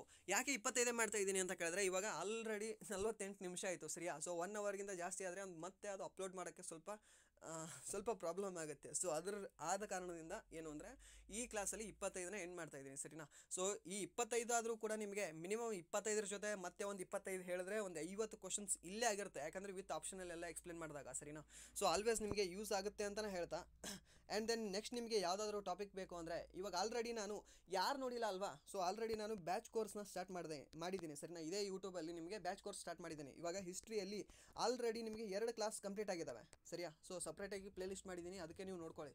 ಸೊ ನನ್ನ ಉದ್ದೇಶ ಏನಿಲ್ಲ ನೀವು 100 ಜನ ನೋಡಿ ಆ 100 ಜನ ಅದರಿಂದ ಯೂಸ್ ತೊಗೊಳ್ಳಿ, ಓಕೆ. ಸೊ ನೀವು ಕೋಚಿಂಗ್ ಸೆಂಟ್ರಿಗೆ ಹೋಗಿ ಅಲ್ಲಿ 10,000 20,000 ಅಲ್ಲಿ ಕೊಟ್ಟು ನೀವು ಕಲಿಯೋದು, ಮತ್ತು ಒಂದು ಎಷ್ಟು 20,000 to 25,000 PG ಖರ್ಚು ಇದೆಲ್ಲ ಮಾಡೋ ಬದಲು ಸುಮ್ಮನೆ ನೀವು ಮನೆಯಲ್ಲೇ ಕುಂತು ಚೆನ್ನಾಗಿರೋ ಎಜುಕೇಷನ್ ನೀವು ತೊಗೋಬೇಕು ಅನ್ನೋದೇ ನನ್ನ ಆಶಯ, ಓಕೆ. ಸೊ ನನ್ನಿಂದ ಯಾರಿಗಾದರೂ ಒಂದು 4 ಜನಕ್ಕೆ ಒಳ್ಳೇದಾದರೂ ಕೂಡ ನನಗೆ ಖುಷಿನೇ ಇದೆ. ನನಗೆ 1,000 ಜನಕ್ಕೆ 1,00,000 ಜನಕ್ಕೆ ಉದ್ಧಾರ ಮಾಡಿ ನಾನಿದ್ರೇನೋ ಫುಲ್ ಗ್ರೇಟ್ ಅನ್ಸ್ಕೋಬೇಕು ಅನ್ನೋ ನನಗೆ ಖಯಾಲಿನೂ ಇಲ್ಲ, ಏನೂ ಇಲ್ಲ. ನನ್ನಿಂದ ಒಂದು 4 ಜನ ಅವ್ರು ಖುಷಿಯಾಗಿದ್ದರೆ, 4 ಜನ ಅವ್ರ ಲೈಫ್ನ ಕಟ್ಕೊಂಡ್ರೆ ನನಗೆ ಹೆವಿ ಖುಷಿ ಇದೆ, ಓಕೆ. ನನಗೆ ಹೆವಿ ಖುಷಿ ಇದೆ. ನೀವು 4 ಜನ ನೀವು ಅದನ್ನು ಕ್ಲಾಸ್ನ ನೋಡ್ತಾ ಇದ್ರು ಕೂಡ ನಾನು ಫುಲ್ ಕವರ್ ಮಾಡಿ ನಾನು ಕೊಡ್ತೀನಿ, ಓಕೆ. ನೀವು ಫುಲ್ ಜನ ನನಗೆ ಎಷ್ಟು 6,000 ಜನ ಎಲ್ಲರೂ ಕೂಡ ನೋಡಲೇಬೇಕು ಅನ್ನೋ ನನಗೆ ಆಶೆನೂ ಇಲ್ಲ, ನನಗೆ ಅದು ಇಂಟ್ರೆಸ್ಟು ಇಲ್ಲ. ನಿಮಗೆ ನೋಡೋದು ನಿಮಗೆ ಬಿಟ್ಟಿದ್ದು, ಯಾಕಂದರೆ ನೋಡಿದ್ರೆ ನಿಮಗೆ ಯೂಸ್ ಆಗುತ್ತೆ, ಸರಿನಾ. ಸೊ ಲಾಸ್ ಆಗೋಂಥದ್ದು ಏನೂ ಇಲ್ಲ, ಕಳ್ಕೊಳ್ಳೋಂಥದ್ದು ಏನೂ ಇಲ್ಲ ನಿಮಗೆ ಇಲ್ಲಿ, ಓಕೆ.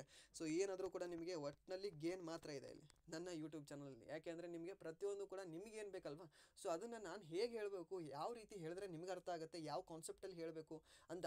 ಸೊ ನಿಮಗೆ ಎಲ್ಲರೂ ಹೇಳ್ತಾ ಇರ್ತೀರ ಇಂಪಾರ್ಟೆಂಟ್ ಮಾತ್ರ ಹೇಳಿ ಸರ್ ಅಂತ, ಓಕೆ. ಸೊ ಇಂಪಾರ್ಟೆಂಟ್ ಮಾತ್ರ ಹೇಳೋದಕ್ಕೆ ಕೆಲವೊಂದು 20 ಪ್ರಶ್ನೆಗಳು, ಒಂದು 40 ಪ್ರಶ್ನೆಗಳನ್ನ ತಂದು ಎಕ್ಸ್ಪ್ಲೇನ್ ಮಾಡಿ ನಿಮ್ಗೆ ಹೇಳೋದಕ್ಕೆ ನನಗೇನಿಲ್ಲ. ಆ್ಯಕ್ಚುಲಾಗಿ ಅದಕ್ಕೆ ನನಗೆ ಜಾಸ್ತಿ ವ್ಯೂಸ್ ಬರುತ್ತೆ, ಓಕೆ. ಇನ್ನೂ ಅನ್ಪಡ್ ವೀಡಿಯೋ ಮಾಡ್ಬೋದು ನಾನು. ಅನ್ಪಡ್ ವೀಡಿಯೋ ಅಂತ ಹೇಗೆ ಗೊತ್ತಾ, ಇದನ್ನು ನಾನು ನಿಮಗೆ ಬೈತಾ ಇಲ್ಲ, ಒಂದು ರಿಯಾಲಿಟಿ ಹೇಳ್ತಾ ಇದ್ದೀನಿ. ಹೇಗೆ ಇವಾಗ ಕಟ್ ಆಫ್ ಎಷ್ಟು ನಿಲ್ಲುತ್ತೆ, ಓಕೆ. ಇವಾಗ 2025 ಕಟ್ ಆಫ್ ಎಷ್ಟು ನಿಲ್ಬೋದು RPF ಅಂತ ಸುಮ್ಮನೆ ಒಂದು ವೀಡಿಯೋ ಮಾಡಿ ಹಾಕ್ಬಿಡೋದು, ಸರಿನಾ. ನನಗದು ಗೊತ್ತೂ ಇರೋದಿಲ್ಲ. ಅದಾದ ನಂತರ ನಾನು ಸೋರ್ಸಲ್ಲಿ ತಂದಿರ್ತೀನಿ, ನನಗೆ ಗೊತ್ತಿರೋದು ಅಂದರೂ ಕೂಡ ಲಾಸ್ಟ್ ಯಾವಾಗೋ 2019ನಲ್ಲಿ ಎಕ್ಸಾಮ್ ಆಗಿದೆ. ಆ ಇಯರ್ದು ಕಟ್ ಆಫ್ ತಂದು ನಾನು ಇವಾಗ ಹೇಳ್ತೀನಿ ಅಂದರೆ ಹುಚ್ಚಾರಿ. ನಾನು ಹೇಳ್ತಿದ್ದೆ ಅಂದರೆ ನಾನು ಹುಚ್ಚಾಗ್ತೀನಿ ಮೊದಲು. ನನ್ನಿಂದ ನೀವೇನಾದರೂ ಕೇಳಿದ್ರೆ ನೀವು ಕೂಡ ಹುಚ್ಚಾಗ್ತೀರಾ. ಒಂದು ಗೆಸ್ಸಲ್ಲಿ ಹೇಳ್ಬೋದು ನಿಮಗೆ, ಓಕೆ. ಎಷ್ಟಂತ ಹೇಳ್ಬೋದು, ಒಂದು 80 ಆಸ್ಪಾಸ್ ಈ ಸರಿ ನಿಲ್ಬೋದು ಸರ್, ಯಾಕಂದರೆ ಕ್ವಶನ್ ಪೇಪರ್ ಸ್ವಲ್ಪ ಟಫ್ ಆಗಿ ಬಂದಿತ್ತು, ಸ್ವಲ್ಪ 80 ಆಸ್ಪಾಸ್ ನಿಲ್ಬೋದು ಈ ಸರಿ RPF ಕಟ್ ಆಫ್ ಅಂತ ಹೇಳಿದ್ರೆ ನಾನು ಫ್ರ್ಯಾಂಕಾಗಿ ಹೇಳ್ತಾ ಇದ್ದೀನಿ, ನೀವು ಫ್ರ್ಯಾಂಕಾಗಿ ಹೇಳ್ತಿದ್ದೀರಾ ಅಂತ ಅದರ ಅರ್ಥ. ಸೊ OBCಗೆ ಇಷ್ಟು ನಿಲ್ಲುತ್ತೆ, ಜನರಲ್ಗೆ ಇಷ್ಟು ನಿಲ್ಲುತ್ತೆ, ವುಮೆನ್ಸ್ಗೆ ಇಷ್ಟು ನಿಲ್ಲುತ್ತೆ, ಮೆನ್ಸ್ಗೆ ಇಷ್ಟು ನಿಲ್ಲುತ್ತೆ, ಕರ್ನಾಟಕಕ್ಕೆ ಇಷ್ಟು ನಿಲ್ಲುತ್ತೆ ಸರ್. ಯಾವನಿಗೂ ಹೇಳೋಕ್ಕಾಗಲ್ಲ ಸರ್. ಇವಾಗ ನೋಡಿ, ನೀವು ಜಸ್ಟ್ ಒಂದು ಎಕ್ಸಾಂಪಲ್ ಕೊಡ್ತೀನಿ. KPTCL ಇದು ಆಯಿತು ನಮ್ಮಲ್ಲಿ, ಓಕೆ. KPTCL ಕಾಲ್ಫಾರ್ಮ್ ಆಯಿತು. KPTCL ಎಲ್ಲ 10th ಮೆರಿಟ್ ಮೇಲೆ ತೊಗೊಂಡ್ರು. ಎಲ್ಲ ಎಷ್ಟು ಜನ ಯೂಟ್ಯೂಬಲ್ಲಿ ವೀಡಿಯೋ ಮಾಡಿಲ್ಲ, ಓಕೆ. ಎಷ್ಟು ಜನ ಮಾಡಿಲ್ಲ ಹೇಳಿ. ಮಿನಿಮಮ್ ಅಂದರೂ ಒಂದು 100ಕ್ಕಿಂತ ಜಾಸ್ತಿ ಯೂಟ್ಯೂಬ್ ಚಾನಲ್ಗಳು ಇದ್ರ ಬಗ್ಗೆ ಅಪ್ಲೋಡ್ ಮಾಡಿದ್ದಾವೆ. ಮಿನಿಮಮ್ 100 ಹೇಳ್ತಾ ಇದ್ದೀನಿ ನಾನು, ಇನ್ನೂ ಜಾಸ್ತಿನೇ ಅಪ್ಲೋಡ್ ಮಾಡಿದ್ದಾರೆ. ಸೊ ಎಲ್ಲರೂ ಕೂಡ ಕಟ್ ಆಫ್ ಬಗ್ಗೆ ವಿಡಿಯೋ ಮಾಡೋದೇನು, ಎಷ್ಟು 2 ದಿನ ಆದ ನಂತರ ಹೊಸ ಕಟ್ ಆಫ್ ಬಂತು, ರಿಲೀಸ್ ಆಯಿತು, ಈ ಕಟ್ ಆಫ್ ನಿಲ್ಬೋದು, ಈ ಬೆಸ್ಕಾಮಿಗೆ ಇಷ್ಟು ನಿಲ್ಬೋದು, KPTCL ಇಷ್ಟು ನಿಲ್ಬೋದು, ಮತ್ತು ಯಾವುದು ಹುಬ್ಳಿ ಹೆಸ್ಕಾಮಿಗೆ ಇಷ್ಟು ನಿಲ್ಬೋದು, ಜಸ್ಕಾಮ್ ಇಷ್ಟು ನಿಲ್ಬೋದು ಅಂತ ಹೇಳೋದು. 85 ಆದರೆ ನಿಲ್ಲುತ್ತೆ, ಪಕ್ಕಾ ಆಗುತ್ತೆ. ನೀವು ಯಾವುದು ಫಿಸಿಕಲ್ನ ಸ್ಟಾರ್ಟ್ ಮಾಡ್ಕೊಳ್ಳಿ. 80 ನೀವೇನಾದರೂ ವುಮೆನ್ಸ್ ಇದ್ದು ನೀವು 80 ಆಗಿ ನೀವು ಬೆಂಗಳೂರಲ್ಲಿ ಹಾಕಿದರೆ ನಿಮ್ದಾಗುತ್ತೆ. ಅದಾಂದ್ರೆ 90 ಆದರೆ ಆಗುತ್ತೆ, 92 ಆದ್ರೆ ಅಂತೂ ನಿಮ್ದು ಕೇಳೋದೇ ಬೇಡ, ನಿಮ್ದು ಹಾಗೆ ಆಗುತ್ತೆ ಅಂತ ಹೇಳಿದ್ರು. ಬಟ್ ಯಾವೊಂದು ನಿಜ ಆಯಿತು ಸರ್, ಯಾವೊಂದು ನಿಜ ಆಗಲಿಲ್ಲ. ಸೊ ಕಟ್ ಆಫ್ ನಿಮಗೆ ಫೈನಲ್ ನಿಂತಿರೋದು ನಿಮಗೆ 93ಕ್ಕೆ ನಿಂತುಬಿಡ್ತು, ಸರಿನಾ. ಸೊ ನಿಮಗೆ ಮತ್ತದು ಹ್ಯಾಂಡಿಕ್ಯಾಫ್ಟ್ ಅದು ಏನಾದರೂ ಅವರು PWD ಅದು ಕ್ಲೇಮ್ ಮಾಡಿದ್ರು ಅಂದರೆ ಅವರಿಗೆ ಎಷ್ಟು 90 ಮತ್ತು 89 ಏನೋ ಸಮಥಿಂಗ್ ನಿಂತಿದೆ ಅವರಿಗೆ, ಸರಿನಾ. ಸೊ ನಿಜ ಆಯಿತಾ. ಸೊ ಈ ಥರ ಎಲ್ಲ ನೋಡಬೇಡ್ರಿ, ಓಕೆ. ಯಾಕೆಂದರೆ ನಾನು ರಿಯಾಲಿಟಿ ಹೇಳ್ತಾ ಇದ್ದೀನಿ, ಯಾವನು ಯೂಟ್ಯೂಬರ್ ನಿಮಗೆ ಹೇಳೋದಿಲ್ಲ. ಕೆಲವೊಬ್ರು ನನ್ನ ಕೂಡ ಕೆಲವೊಬ್ರು ನೋಡಿದ್ದೀನಿ, ಕೆಲವೊಬ್ರು ಟೀಚರ್ಸ್ ಇದ್ದಾರೆ, ಅವ್ರು ರಿಯಾಲಿಟಿ ಹೇಳ್ತಿರ್ತಾರೆ. ಆ ರೀತಿ ರಿಯಾಲಿಟಿ ಹೇಳೋರನ್ನ ನಂಬಿ, ಓಕೆ. ಸೊ ಇವಾಗ ಫುಲ್ ಯಾವನೋ ಒಬ್ಬನು ಕಟ್ ಆಫ್ ಮಾಡ್ತಾನೆ. ಆ ವಿಡಿಯೋಗೆ ಇವಾಗ ನಾನೇ ಕಟ್ ಆಫ್ದು ಒಂದು ವಿಡಿಯೋ ಮಾಡಿದೆ ಅಂದರೆ ಅದ್ರದ್ದು ಹೇಗೆ ಅಂದರೆ, ನೀವು ನಾರ್ಮಲ್ ಎಷ್ಟು ಜನ ನೋಡಿರ್ತೀರ ಗೊತ್ತಾ, ಅದ್ರ 2x ನೋಡಿರ್ತೀರ. ನನಗೆ ವ್ಯೂಸ್ ಬರುತ್ತೆ, ಓಕೆ.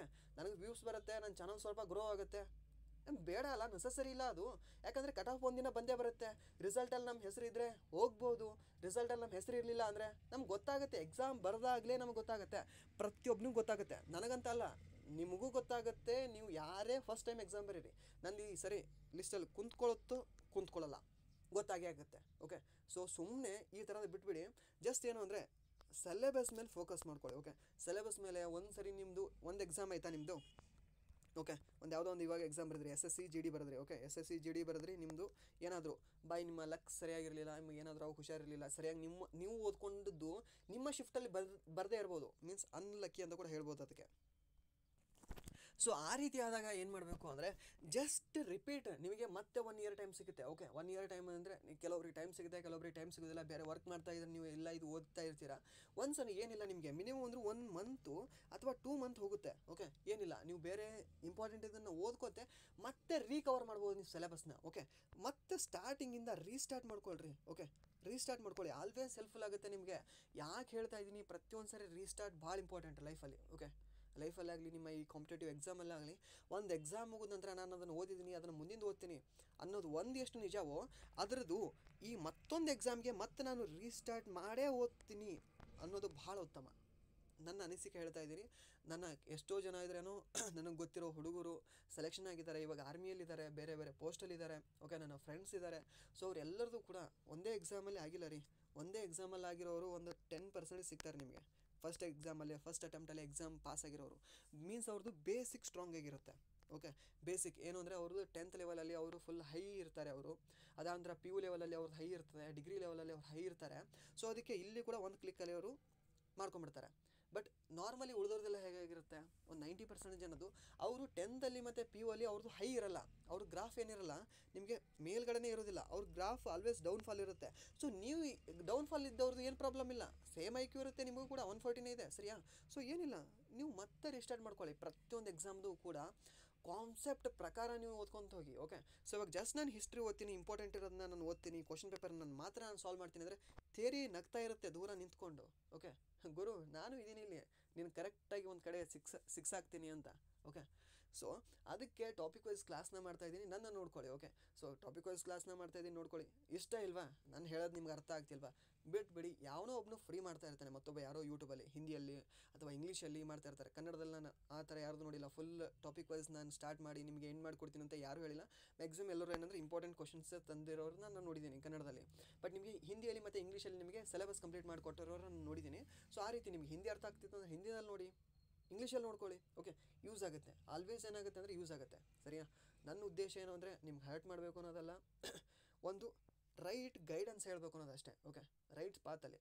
ಸುಮ್ಮನೆ ನಾನಿವಾಗ ನಿಮಗೆ ಏನೋ ಒಂದು ಹೇಳೋದು, ಹೀಗೆ ಮಾಡಿ ಹಾಗೆ ಮಾಡಿ, ಇದು ರೈಟ್ ಆಗುತ್ತೆ, ಇದು ರಾಂಗ್ ಆಗುತ್ತೆ, ಇದು ರೈಟ್ ಆಗುತ್ತೆ, ಇದು ರಾಂಗ್ ಆಗುತ್ತೆ ಅಂತ ಹೇಳೋಕ್ಕಿಂತ ಮುಂಚೆ ನನಗದು ಗೊತ್ತಿರಬೇಕು, ನಾನು ಅದನ್ನು ಎಕ್ಸ್ಪೀರಿಯನ್ಸ್ ಮಾಡಿರ್ಬೇಕಲ್ವಾ? ಸೊ ಅದನ್ನು ಹೇಳ್ತಾ ಇದ್ದೀನಿ. ಏನು ಕತೆ ಹೇಳ್ತಿದ್ಯಾ ಗುರು ಕ್ಲಾಸ್ ಮುಗಿದಾದ ನಂತರ? ನಾವು ಇಲ್ಲಿಂದನೇ ಎಂಡ್ ಮಾಡ್ಕೊಂಡು ಎಕ್ಸಿಟ್ ಆಗಿ ಹೋಗಿದ್ದೀವಿ. ಓಕೆ, ಯಾರೋ ಇಬ್ಬರು ಕೇಳ್ತಾ ಇದ್ದರೂ ಕೂಡ ಆ ಇಬ್ಬರು ಇದನ್ನು ಸೀರಿಯಸ್ ಆಗಿ ತೊಗೊಂಡ್ರೆ ನನಗೆ ಖುಷಿ ಇದೆ. ಓಕೆ, ಆ ಇಬ್ಬರು ಲೈಫಲ್ಲಿ ಸಕ್ಸಸ್ ಆಗಿ ನೆಕ್ಸ್ಟ್ ಇಯರ್ ಅವರು SSC GD ಆಗಲಿ, SSC MTS ಆಗಲಿ, RPF ಇದೇ ವರ್ಷ ಆಗಲಿ, ನೆಕ್ಸ್ಟ್ D ಗ್ರೂಪ್ ಅವ್ರ ಎಕ್ಸಾಮ್ ಪಾಸ್ ಆಗಲಿ, NTPC ಪಾಸ್ ಆಗಲಿ, ಒಬ್ಬಳು ಆದರೂ ಕೂಡ ನನಗೆ ಖುಷಿ ಇದೆ. ಓಕೆ, ಇಷ್ಟು ಹೇಳ್ತಾ ವಿಡಿಯೋನ ಎಂಡ್ ಮಾಡ್ತಾಯಿದ್ದೀನಿ. ಸೊ ಚೆನ್ನಾಗಿ ಓದ್ಕೊಳ್ಳಿ, ಚೆನ್ನಾಗಿ ನಿಮ್ಮ ಲೈಫ್ನ ಬಿಲ್ಡ್ ಮಾಡ್ಕೊಳ್ಳಿ ಅಂತ ಹೇಳ್ತಾ ವಿಡಿಯೋನ ಎಂಡ್ ಮಾಡ್ತಾಯಿದ್ದೀನಿ. Thank you so much.